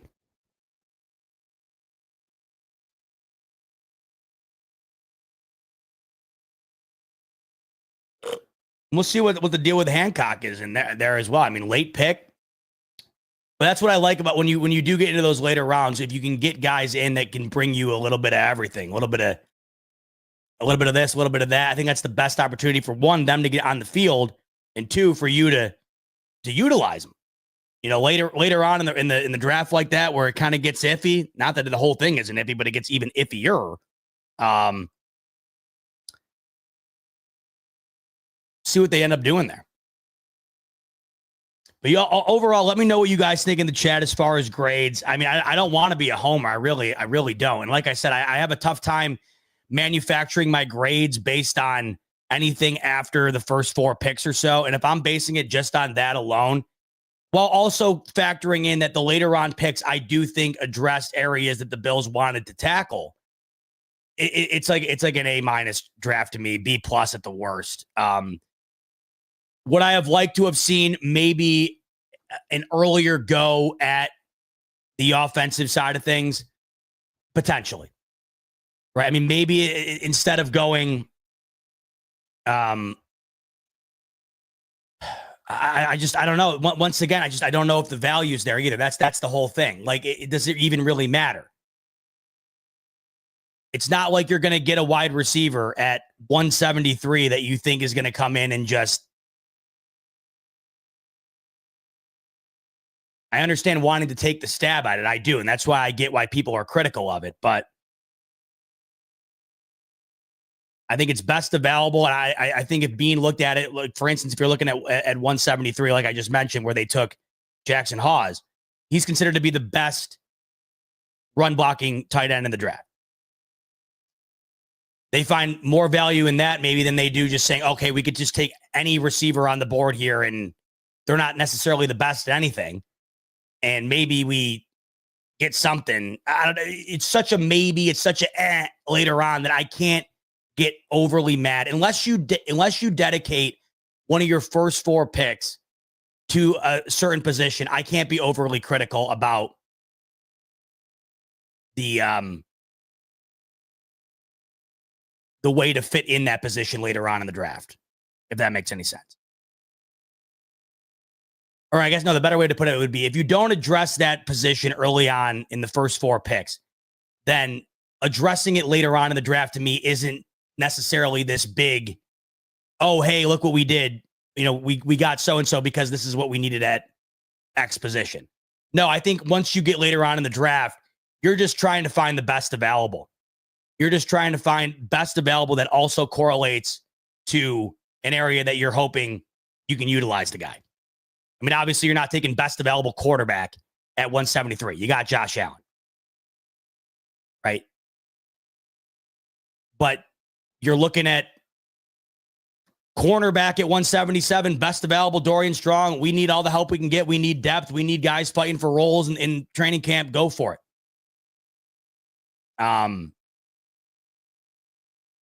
Unless you dedicate those top 4 picks to a guy, I can't be pissed that you didn't tackle another position later on. Because to me, at that point, you know, it's all just now Walt's coming in. He's saying, I'm really not a grade guy. Neither am I really. Because I think the grades kind of box you in. All I'll say is, because I know an A sounds like really, I know I hate grades too. I'll just say I really liked what the Buffalo Bills did with their first 4 picks. I really did. And overall, top to bottom on this draft, I was satisfied. But Walt's saying, really not a grade guy, but I'll say for the hell of it, a C. Damn. I'm not buying we don't need a wide receiver because we've drafted players like Benford and rounds that we were deemed too high. And I get it. Now drop it down to a C. Damn. Drop it down to a C. Now, Walt, just out of curiosity, and anybody else who's in the same camp, please let me know, where would you have gone wide receiver and who would it have been based on how it wound up falling? Like, were you in the camp of maybe wanting to go Royals in round 4 instead of trading up and getting Deone Walker? Is that kind of where you were at?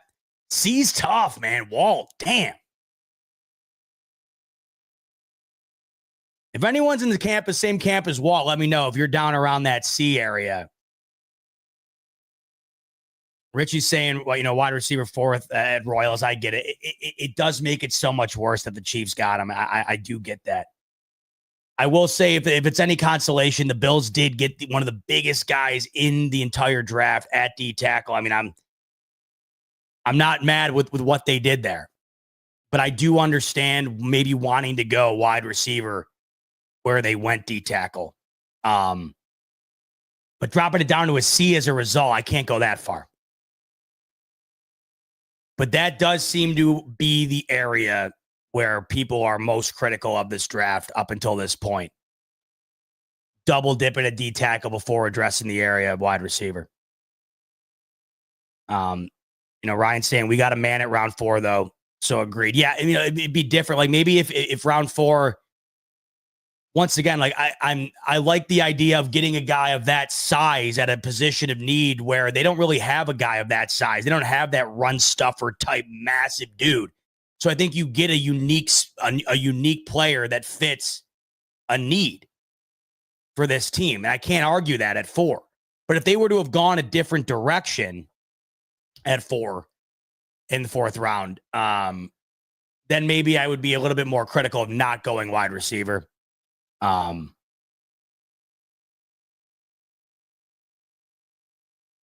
It is going to hurt, though, if Royals ends up being a hit in KC, though. I mean, it really is. And he fell, by the way, in that fourth round. The Bills took Walker at 109. The Chiefs got Royals at 133. I thought many of the Bills' biggest competitors had really solid drafts. I thought the Chiefs had a really good draft, unfortunately. I really did. I thought the Ravens had a really good draft. I thought Philadelphia had a really good draft. The Chiefs, unfortunately, to me, had a really good draft.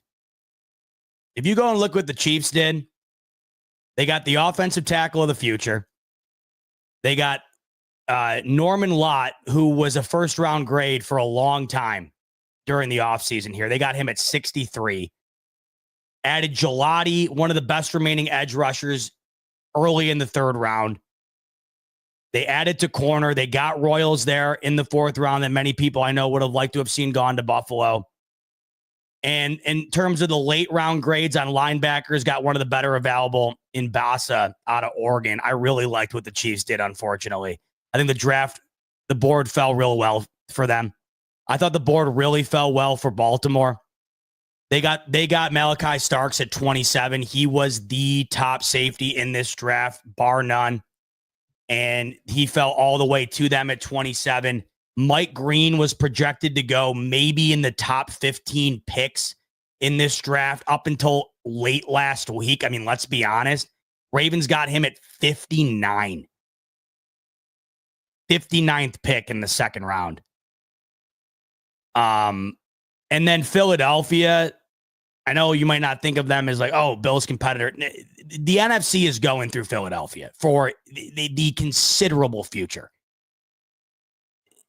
I don't see anybody close to them in the NFC right now. And it's not just because of what they did in the Super Bowl. I mean, they were noticeably the best team in the NFC last year. And the only team that really even came close to giving them any sort of struggle was the Rams. And that was because the Eagles kind of took their foot off the gas late in that game. The Eagles were beating the hell out of them. They were kicking the crap out of them in the divisional round until all of a sudden they weren't. And then the Rams had a chance late in that game. But for the most part, the Eagles dominated that game for 75, 80% of it. The Eagles are a nightmare, especially on defense, and that's saying something because their offense is the offensive player of the year, a top 10 quarterback, a top 5 wide receiver, probably a top 3 wide receiver tandem. They're terrifying. And I thought that their draft was unbelievable because Jahad Campbell might have been one of the best linebacker, or might have been the best linebacker in the draft, certainly one of the best. He falls to them at 31. I mean, just unbelievable. They get one of the best safeties in the draft, probably the second or third best safety in the draft in Makuba in the second round. One of the better interior defenders that was considered to be available in the later rounds in Ty Robinson. I thought the Eagles really did well, and they always do well. So I thought like the top of the league, I thought really did a real solid job adding to what is already top tier teams in this league. I expected a little bit more out of Cincinnati. I'm kind of glad they didn't seem to have the type of draft I thought that they might. Shamar Stewart, we'll see. I mean, they took what they thought to be the best available edge early on, but I don't know. For a team that really needed to overhaul their defense, they walked out of the top 2 picks with Demetrius Knight and Shamar Stewart. I thought they were going to do a little bit more wheeling and dealing, maybe to get maybe more value on the defensive side of the ball. I didn't particularly love what they did. I don't think it was terrible, but I don't think that they did enough to make that defense into something far better than, I mean, it's going to be better, but last year it was so bad. I just don't think that they're going to take this massive step forward to really get them to where they need to be defensively in order to get back into the mix. Yeah, I just thought it was unfortunate. I thought I thought that 3 of the best drafts in this entire class happened to come from Baltimore, Kansas City, and Philadelphia, which I think just for the Bills, on the Bills side of things, is a little bit unfortunate, but whatever. Ryan's coming in. He's saying, love you, Z. And I love you, Ryan. I appreciate it. I love all you guys. We got over 1,600 of you in here on a Monday night, 2.5 hours. And appreciate you, Ryan. The love is mutual. And once again, much love to everyone who tuned in throughout the weekend, too. I was so bummed to be sick for the final 2 days of it. I'm glad to be feeling better now to be on with you here and talk about it. But really was a great weekend all around. The fellas held it down, and you guys were showing up in droves. So the love is beyond mutual, and you guys know that. And I appreciate every single last one of you, including you, Ryan. I really appreciate it, man. Richie coming in. Rotate Jackson, Bosa, my God, excuse me, for 30 seconds. Listen, yeah, if Landon can come in and really be a guy that McDermott is trusting enough to be, a considerable rotational piece. And then, I don't know what the deal is with, I don't know what the deal is with Von Miller either. Like, what's the plan there? Could they potentially? Wait a minute.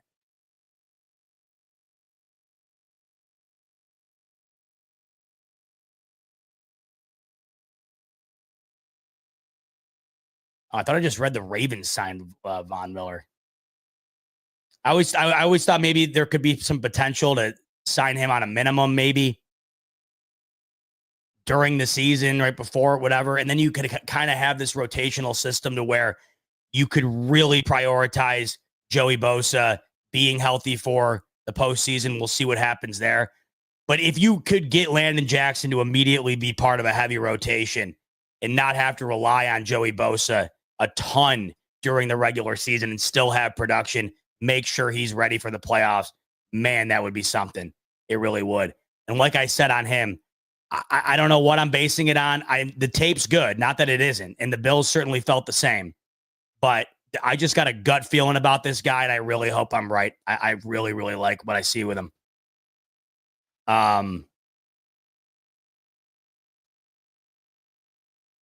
Marco said, I thought Von signed with the Broncos. So Von didn't sign with anybody. I've been of this idea that potentially the Bills could, he could be like a late to mid-season addition, and not that I don't even know if it would really matter that much.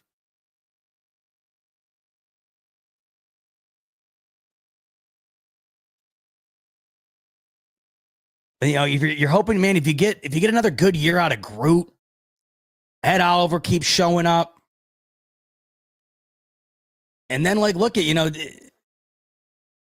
Daquan Jones is gonna have to fight for his job, right? And either way, best on the field. But now you're talking about bringing in Sanders. You're talking about bringing in Walker. Best guy's going to be out on that field. And then, man, if you can get Bosa, if you can keep Bosa healthy and Landon Jackson can come out and give you a little something, ooh, come on. All right. So anyway, really satisfied with what the Buffalo Bills did in this draft. Hope you guys are too. Understand the criticism from those who weren't over the moon about it. And I think it all ultimately does come back to some neglect on the offensive side of things. The one thing I'll say here is I genuinely believe this. And you know where I stand. I want more wide receiver talent on this team. I think I made that pretty clear in the first hour. But I really do think that out of all the drafts of the last couple of years, I don't think Josh Allen has been given a better solid. I don't think a bigger favor has been done for Josh Allen in this offense the last few drafts more than the favor done for this offense and Josh Allen in this 2025 draft. I think this 2025 draft benefits Josh Allen more than any of the previous drafts before it. because Josh Allen, for the most part, other than maybe a throw here and a throw there, I mean, come on. You know what I'm saying? Josh Allen, for the most part, has met the call in the biggest moments. Defensive side of the ball has not. And I think Brandon Beane and the Buffalo Bills really went out of their way this draft to ensure we're not saying the same thing in future years. All right. So speaking about 2025 and changes, and got a change coming to the Buffalo Bills uniform. Ho, ho, ho, ho. Man, if you are a longtime viewer, listener of the Smoke Break, you know this is striking a chord with me. I have been pounding the table for a new Buffalo Bills uniform for some time now. For some time. Ever since the NFL came out and really opened up the creativity floodgate for teams to add uniforms, to add helmets, I have been sitting here waiting and waiting and waiting and waiting. I sit back and I watch all these teams add all this gas to their lineup while the Bills stand idly by and do nothing. Now, don't get it twisted. The Bills have one of the best uniforms in professional sports, one of the cleanest, one of the nicest looking, just overall, it's phenomenal. But that doesn't mean you can't add more. Just because you had a delicious meal and a delicious appetizer, it doesn't mean you can't have a delicious dessert. Doesn't mean you can't have a couple of drinks with it. And the Bills have not ordered the dessert. They haven't ordered another round of drinks since they've been given carte blanche to do so. Every other organization seemingly has taken advantage but the Buffalo Bills. And I sit here up till now saying, why? What is taking so long? Do you hate money? Do you hate added eyeballs on the team? Do you hate added press, added news cycle, or added news stories? Just added talking points. But really, above anything, do you hate, like I just said, do you hate an additional revenue stream? I never understood this. Add the jersey. It's like printing money. Everyone's going to buy one. If you add the additional helmet, everyone's going to buy the mini helmet. Everyone's going to buy the merch. I never got it. And so many teams have added new uniforms in the last couple of years, except for the Buffalo Bills. That changes. And they subtly announced it night one of the draft, and it went over my head. Because if I would have noticed this when they were announcing it night one, I wouldn't have shut up about it. And it's probably for the best that I did not notice it, because I probably would have had the draft coverage go off the rails, because I would have probably talked about it for an hour. So you know where I've been with it. I've been just waiting forever. And on night one, they announced a new, how are they phrasing this? Program. That's the word. I was looking for the specific word the NFL is using. They're launching a new uniform program. Now, the last time the NFL launched a new uniform program was the Color Rush. And that was roughly 10 years ago. I think it was 2014, 2015 when the Color Rush was introduced. The Bills have not added any additional uniform to their lineup ever since.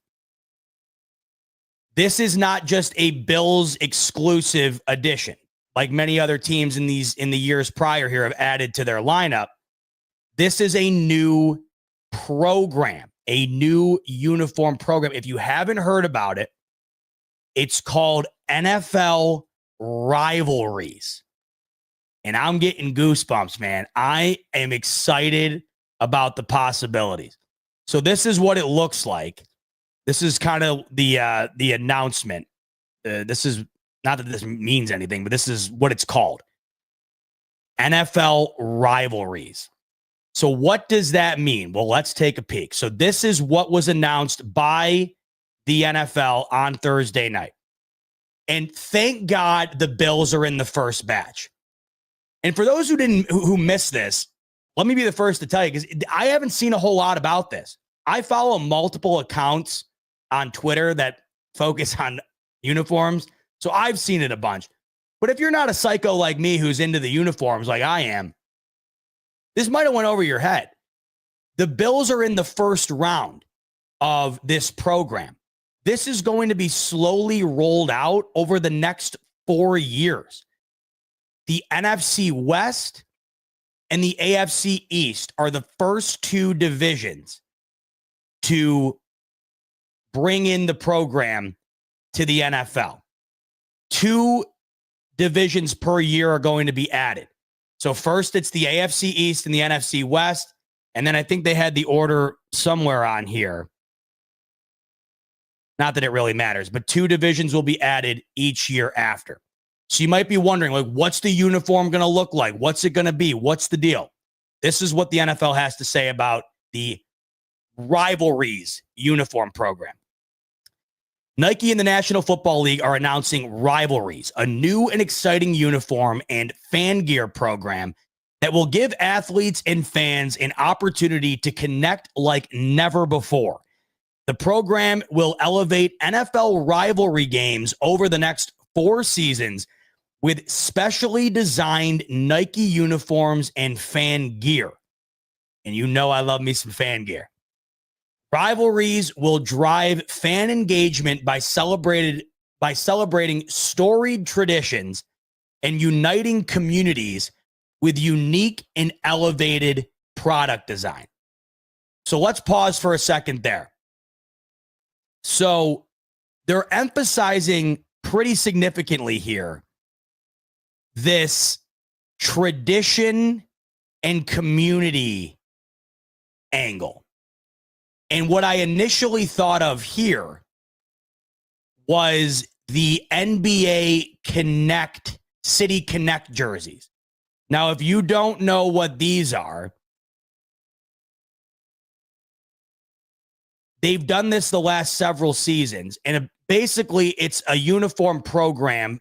Instead of doing it by division or conference, they rolled it out league-wide, and their uniforms based on something to do with the town itself, the city itself. So this was one of the NBA City Connect lineups that they rolled out here. So as you can see, like, these are the Phoenix Suns uniforms, and they have like the sun setting here in the background. The Trailblazers, they were referred to as Rip City, so they went with that angle. But as you can see, there's a bunch of different ones here. Toronto went with their old school Raptor logo that they had back in the Vince Carter days. The T-Wolves went with their old school uniforms that they had back when Kevin Garnett was in his early days there. So what I get from this is there really isn't any direct rhyme or reason to it. Like, the color rush was all based on taking one color from your uniform and then blasting it, right? Really expanding it. This seems to be based on criteria surrounding tradition and community, which is exactly what this seems to be surrounding of.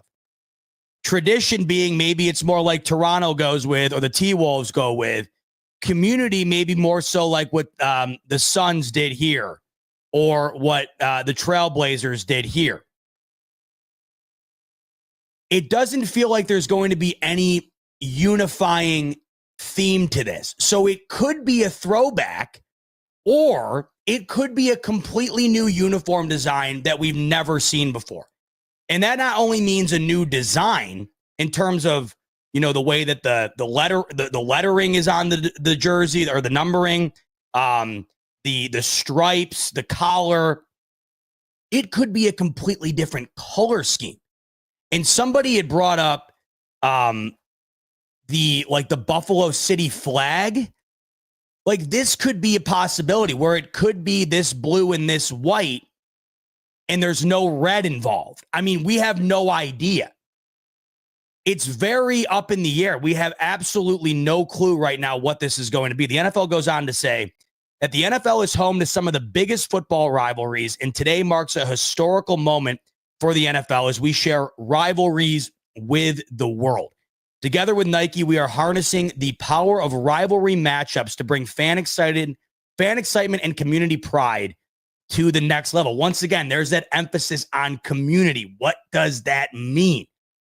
Does that also mean potentially, are they hiring a local artist to design the uniform? Like, it's a total mixed bag. We have no clue. Through specially designed player uniforms and limited edition fan gear, we will embark on a journey that inspires competitive spirit and reveals the winner in all of us. The first wave of participating teams, thank God, come from the AFC East, including our Buffalo Bills, and as I mentioned, the NFC West. Now, here's another interesting part of this uniform rollout. The Bills will only wear it once next year. One game, that's it, and it will be against either the Jets, the Dolphins, or the Patriots. And I'm assuming that whoever they're playing against will also be wearing their rivalry jersey as well. So much like in the early Color Rush days, do you remember the infamous Thursday night game between the Bills and the Jets, the colorblind game?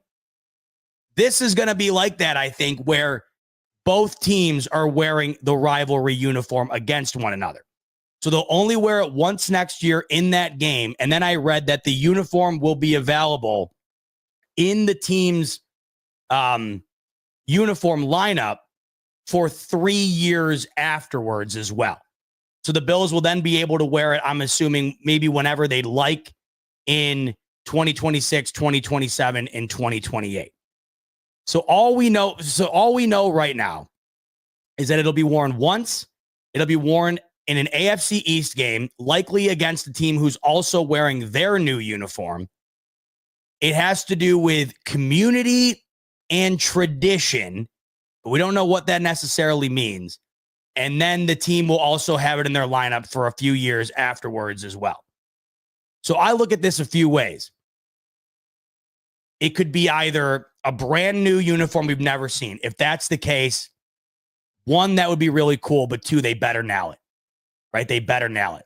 Because with how great the Bills' current uniforms are, if they really go off the beaten path, it might not be great. It could be awesome, but it might be like, oh, man, we've been waiting for a new uniform all this time, and this is it. What I'm hoping for is that it's just a tried and true traditional throwback. And, of course, I'm hoping that is the Jim Kelly era 90s throwback with that same blue uniform, the white pants with the red stripe, and, of course, the red helmet. It doesn't say anything about helmets on here, but it doesn't say jerseys specifically. It just says uniforms. So I'm not ruling out the possibility of a helmet being involved in this. It doesn't say new rivalry uniforms or rivalry jerseys. It says uniforms. So I'm hoping we get a new helmet thrown in the mix, a new jersey, new pants, and I'm really hoping it is the throwback. It could be something completely new, but I'm just thinking with as great as those throwbacks are, as much as many of us like myself have been wanting it for so long, I'm hoping that's the angle that they go down. Now, I've seen a lot of this. The only other one that I'm kind of on board with, Justin's coming in, he's saying, give me the black or red helmet. I wouldn't hate to see what a all blacked out Bills uni would look like. I don't know what that would be. We've seen helmets before. We've seen like black mini helmets. Josh Allen wore one, I believe,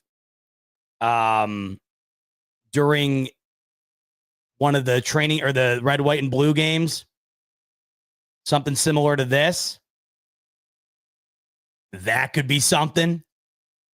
But as much as I would like that, I will say I don't want that before the throwback. Basically the best way to put this, I just really want the throwback. And when they're talking about tradition and community, let's lean more towards the tradition. And we had heard earlier in the year about potentially rolling something out that could pay homage to the years prior at the Ralph, being that this is the last year at the stadium. So I'm hoping the Bills get this right, and I'm hoping it's a throwback with the red helmet.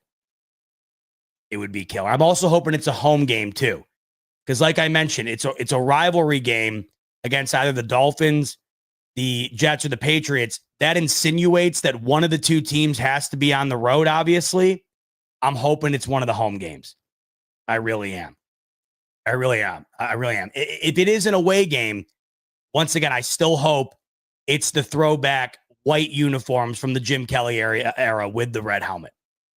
So we'll see. Fingers crossed. Let me know, not in the live chat comments, but let me know in the comments after the episode concludes. What's on your wish list? Let me know in the comments what's on your rivalry uniform wish list. I look forward to taking a peek at those. You know where I'm at with it. But either way, beggars can't be choosers. The Bills are getting a brand new uniform in 2025. And based on the details given, we will know what the uniform looks like before the start of the season. So it's not like we're going to see it in the middle of the year. We will see it before the season starts. And as they mentioned, not only will we be able to buy the new jersey, but there's going to be a bunch of fan gear made as well surrounding the new uniform. So very exciting stuff. I can't wait to see it. You let me know in the chat or in the comments afterwards what's on your wish list. All right. That's going to do it for us tonight. 2 hours, 45 minutes in the books. Well over 1,600 of you hanging out with me on a Monday after the draft. And I appreciate each and every one of you. We dove into Brandon Beane's conversation on WGR. We dove heavily into the draft, a draft class that I'm very, very excited about and can't wait to see the impact they have with this team. And of course, just touched on the new uniforms coming our way here this season. So a loaded show. Once again, thanks so much to everybody who tuned in, not only tonight, but throughout the weekend. And that's a thank you from me, Pierre, Rico, and everybody. We can't thank you enough. And once again, so bummed and so sad and so sorry I couldn't be with you day 2, day 3. Next year, I'm not going to eat anything before the draft, guaranteeing that I cannot get the stomach bug of the century during the draft. But once again, thank you guys so much. It was a killer weekend, and we couldn't have done it without you. All right, that's going to do it. 2:50 in the books on a smoke break on the Monday night. And I look forward to talking more and more with you this offseason about the draft class the Bills just added and what that's going to look like moving forward. And also, once again, in a couple weeks from now, the schedule release. So we got a bunch of stuff coming your way. April's almost over. May's almost here. The summer's around the corner. Before you know it, it will be football season.